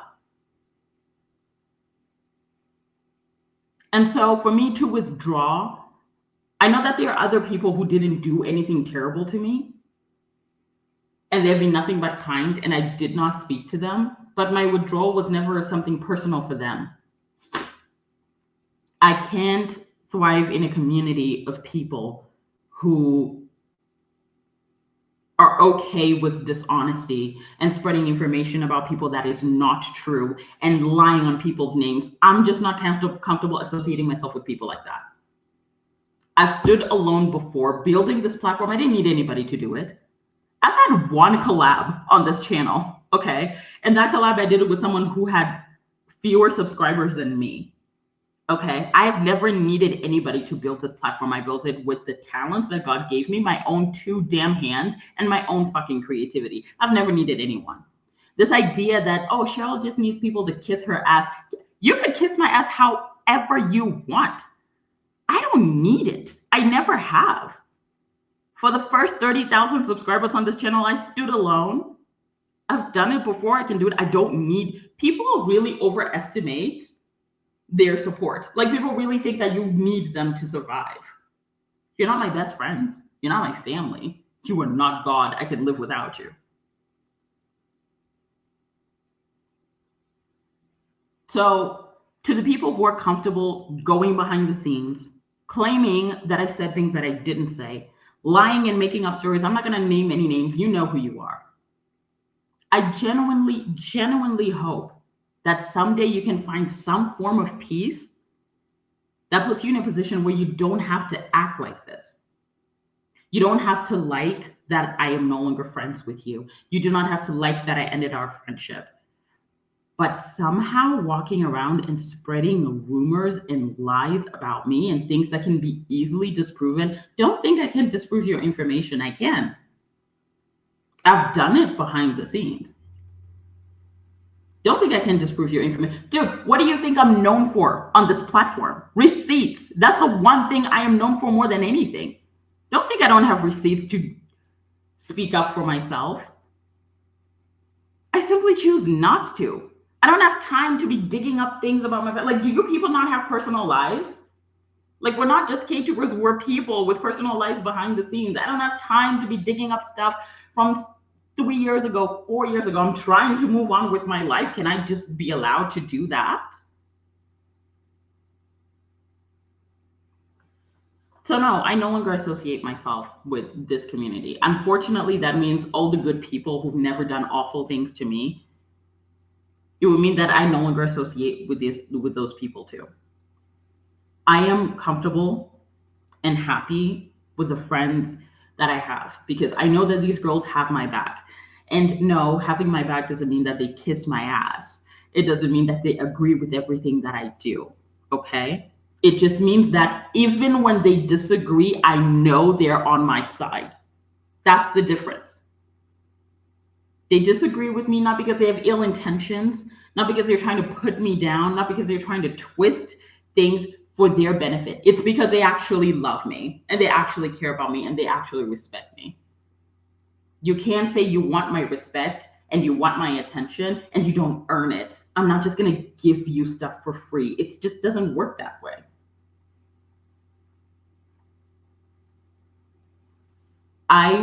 In the last couple of years, I've been through shit that I can't even talk about here. Okay?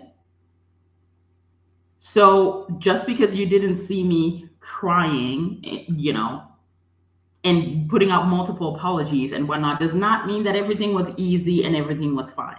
Okay? I don't have to suffer for your entertainment. And that's all I'm going to say about that. And to my best friends for always being there for me. I know that I tell you guys this in private, but thank you guys for sticking by me.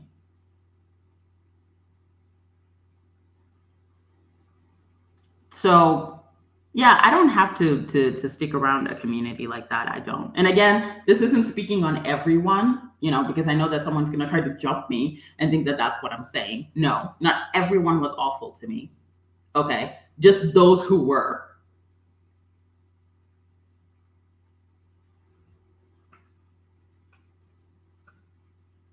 So yeah, that's all I'm going to say about that. I said a lot more than I thought I was going to. Sorry about that.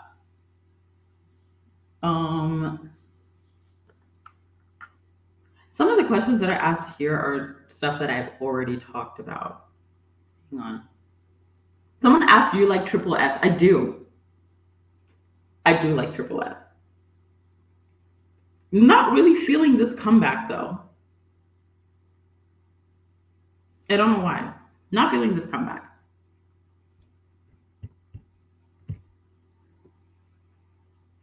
Yes, this is true. Thank you very much. Thank you, Peachy. Thank you.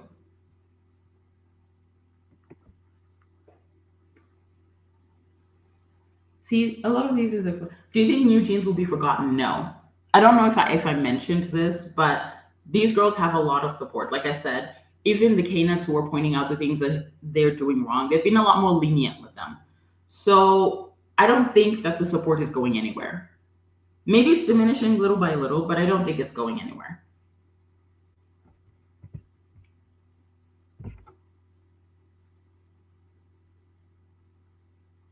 Favorite idol track? Do you mean in general or like of this particular album? Because I haven't listened to this album. When is stage presence Battle 5 coming? Who is it including? I think we already know it's including Billy and Mix, Ive, and sorry, I feel like I forgot somebody. Le Seraphim. There we go. That's who it's including. I wanted to torture myself and include Meow in there because, oh my gosh, they're such amazing performers. But no, I'm not going to do that. I'm not going to torture myself. Did you watch Illit's new highlight medley? Yes, as soon as I got out of my shower.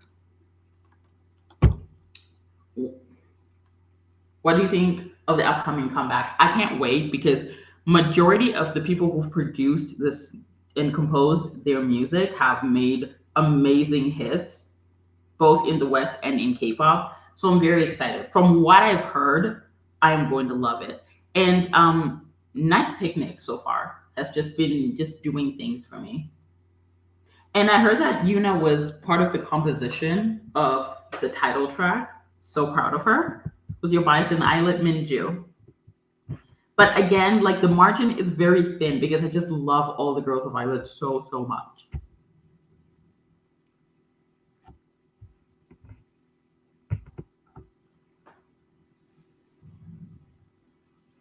This is non K-pop related, but what's your take on Hailey Bieber stalking Justin Bieber before she got with him, as well as the infamous "You will never be on the cover of Vogue"? Okay, so two things: the 7-part series.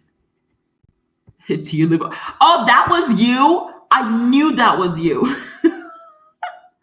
Okay, So two things. Number one, that 7-part series is a bunch of garbage that does not have the truth. I can't stand people who are comfortable with lying. The amount of misinformation on that series, well, I mean, it was just one video on YouTube, but it was a quote unquote 7-part series on TikTok. It was filled with lies. And the fact that every single one of them can be easily disproven, but people choose not to because they hate Hailey so much is exhausting. I'm no fan of Candace Owens, as you guys know, but her theory that Justin is paying for wanting to walk away from the industry by the harassment that he and his wife are facing is not really surprising. It could be true. Then the infamous "You Will Never Be on the Cover of Vogue." Anyone knows that throughout Hailey and Justin's marriage, Hailey's been on the cover of like Vogue like multiple times. So this was not a conversation they had during their marriage. There was a time when Justin and Hailey talk about this a lot, that prior to them being together, there's something that she did that really hurt Justin. Some people think it's Shawn Mendes, other people think it's Drake, whatever it was, because contrary to popular belief, Hailey was not just sitting around waiting for Justin to choose her. She was dating other people. I know, shocker. So during this time, there were a lot of fights. And I am assuming that this is where the statement was said. And Justin was trying to be funny, like, could you imagine that is what I was saying to you, only for you to end up on the cover of Vogue? But people have already decided that Justin hates Hailey and he's unhappy in his marriage and he just wants to embarrass her all the time. And so it doesn't matter what the context of that is, they're just not going to buy it. I am so tired of like the Hailey hate. Look, if you don't like her, that's totally okay, by the way. I have no issue with that.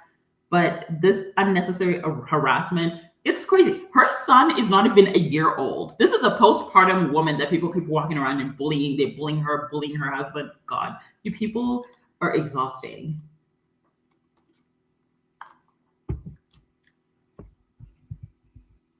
Like, dear goodness, get like a job. Find something to do. When is the final episode of the Blackpink Olympics dropping? I have an official date of when I'm going to drop it. I can't tell you yet, but I do have a date in sight. What is your favorite genre of K-pop? I've answered this before. I don't have a favorite. I really don't. I just happen to like really good music. Oh my gosh, I have to be quick. It's been 2 hours. Have you listened to Triple S latest release? Just not feeling it at the moment.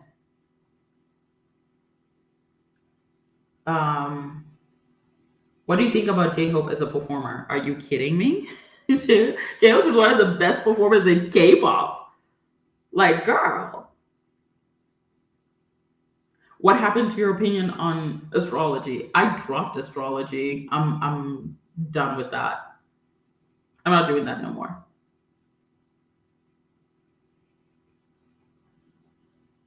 Oh my God, what is this? Your opinions on Meow and their musical direction. I think their musical direction is they're just exploring stuff at the moment, right? So they don't have like a set genre or concept that they want to explore. And I don't think that's a bad thing. I mean, I like their music. Drop Top is just, I'm so addicted to that song. And it's so emotional. And I love that they perform that with all the facial expressions and the emotions and all that. I love that. What do you think about the One Young mindset? Freaking love it. I do know that there's some people who do take it to extremes. I'm not that person. Have you seen One Life Gives You Tangerines? Not yet, but I am going to. Have you ever been to a K-pop concert? No. I don't like concerts. Like just going out and just being there with like so many people. Do you have a favorite K-pop song lately? Stunner by 10, Been That Girl, kiiikiii, Attitude by IVE, Lifestyle, Lisa. I've listened to that song so many times. Excuse me, sorry, I sneezed.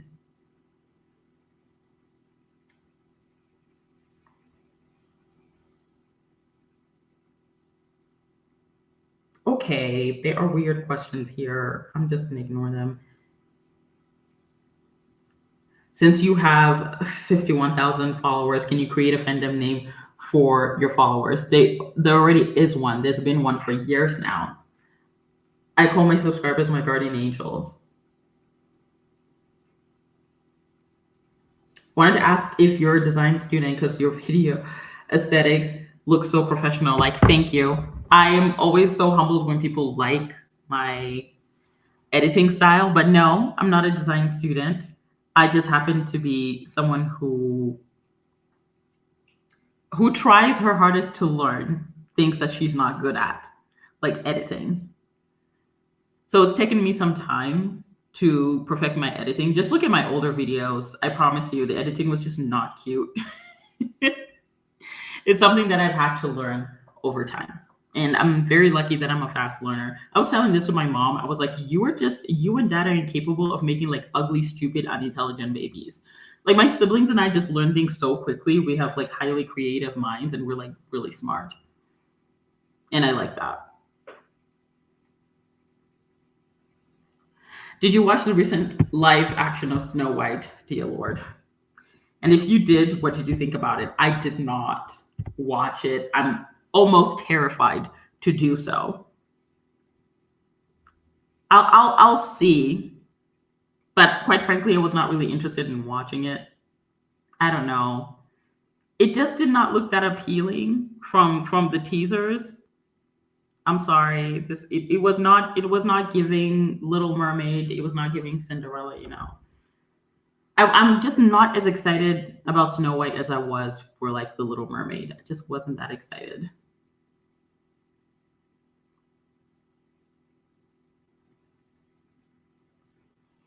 Okay, I think we need to wrap it up. It's been like 2.5 hours, and my laptop is like running out of battery. The CGI is not it. Oh, was it bad? Don't feel bad. I didn't watch it either. Oh, okay.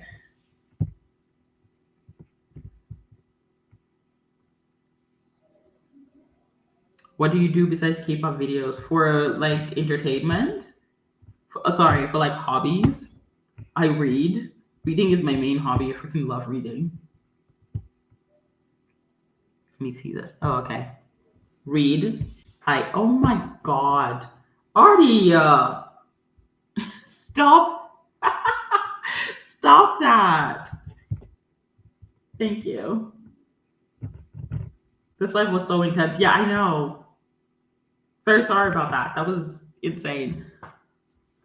But yeah, reading. I love reading, love baking, love cooking. Love like when editing something that isn't video. So like pictures, like aesthetic pictures and things like that. I love that. A new subscriber. Thank you and welcome. Do you think Karina will ever be on the level of Wonyoung's impact? I don't think it's impossible for her to be on that level. I think that SM at the moment is the problem because they're not pushing her hard enough. Because I mean, the things that she goes viral for, right? For just breathing, this girl gets attention for just that. So, I think she can be. I don't think it's going to be that hard for her. It's just that, SM is just not good at their job. Do you agree with any of your takes from a couple of years ago? Like the whole BTS didn't pave the way, they made it harder for. A lot of people keep bringing this up in the comments. I have not changed my opinion on that. I apologize. I have not.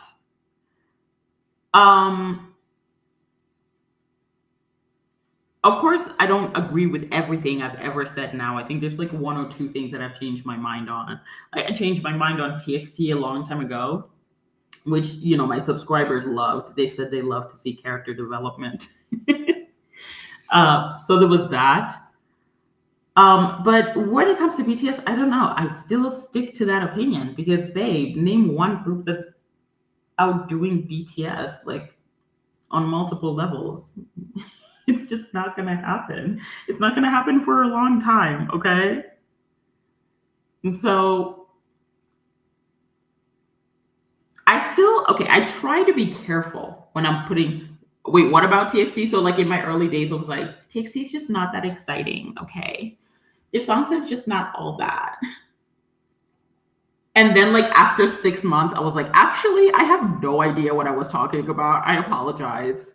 And I was like, I think I said something about like this was in 2021. I was like, it's his stage presence is really not all that. And then when I did the ranking video, I just realized that I was an idiot and I also didn't know what I was talking about. I think that when I form opinions, I try to think around everything. Like, what would the opposing person say? I'll try to look at other people's differing opinions before I come to a conclusion about an opinion. I try to do that. I try to check my biases. I try to do my research.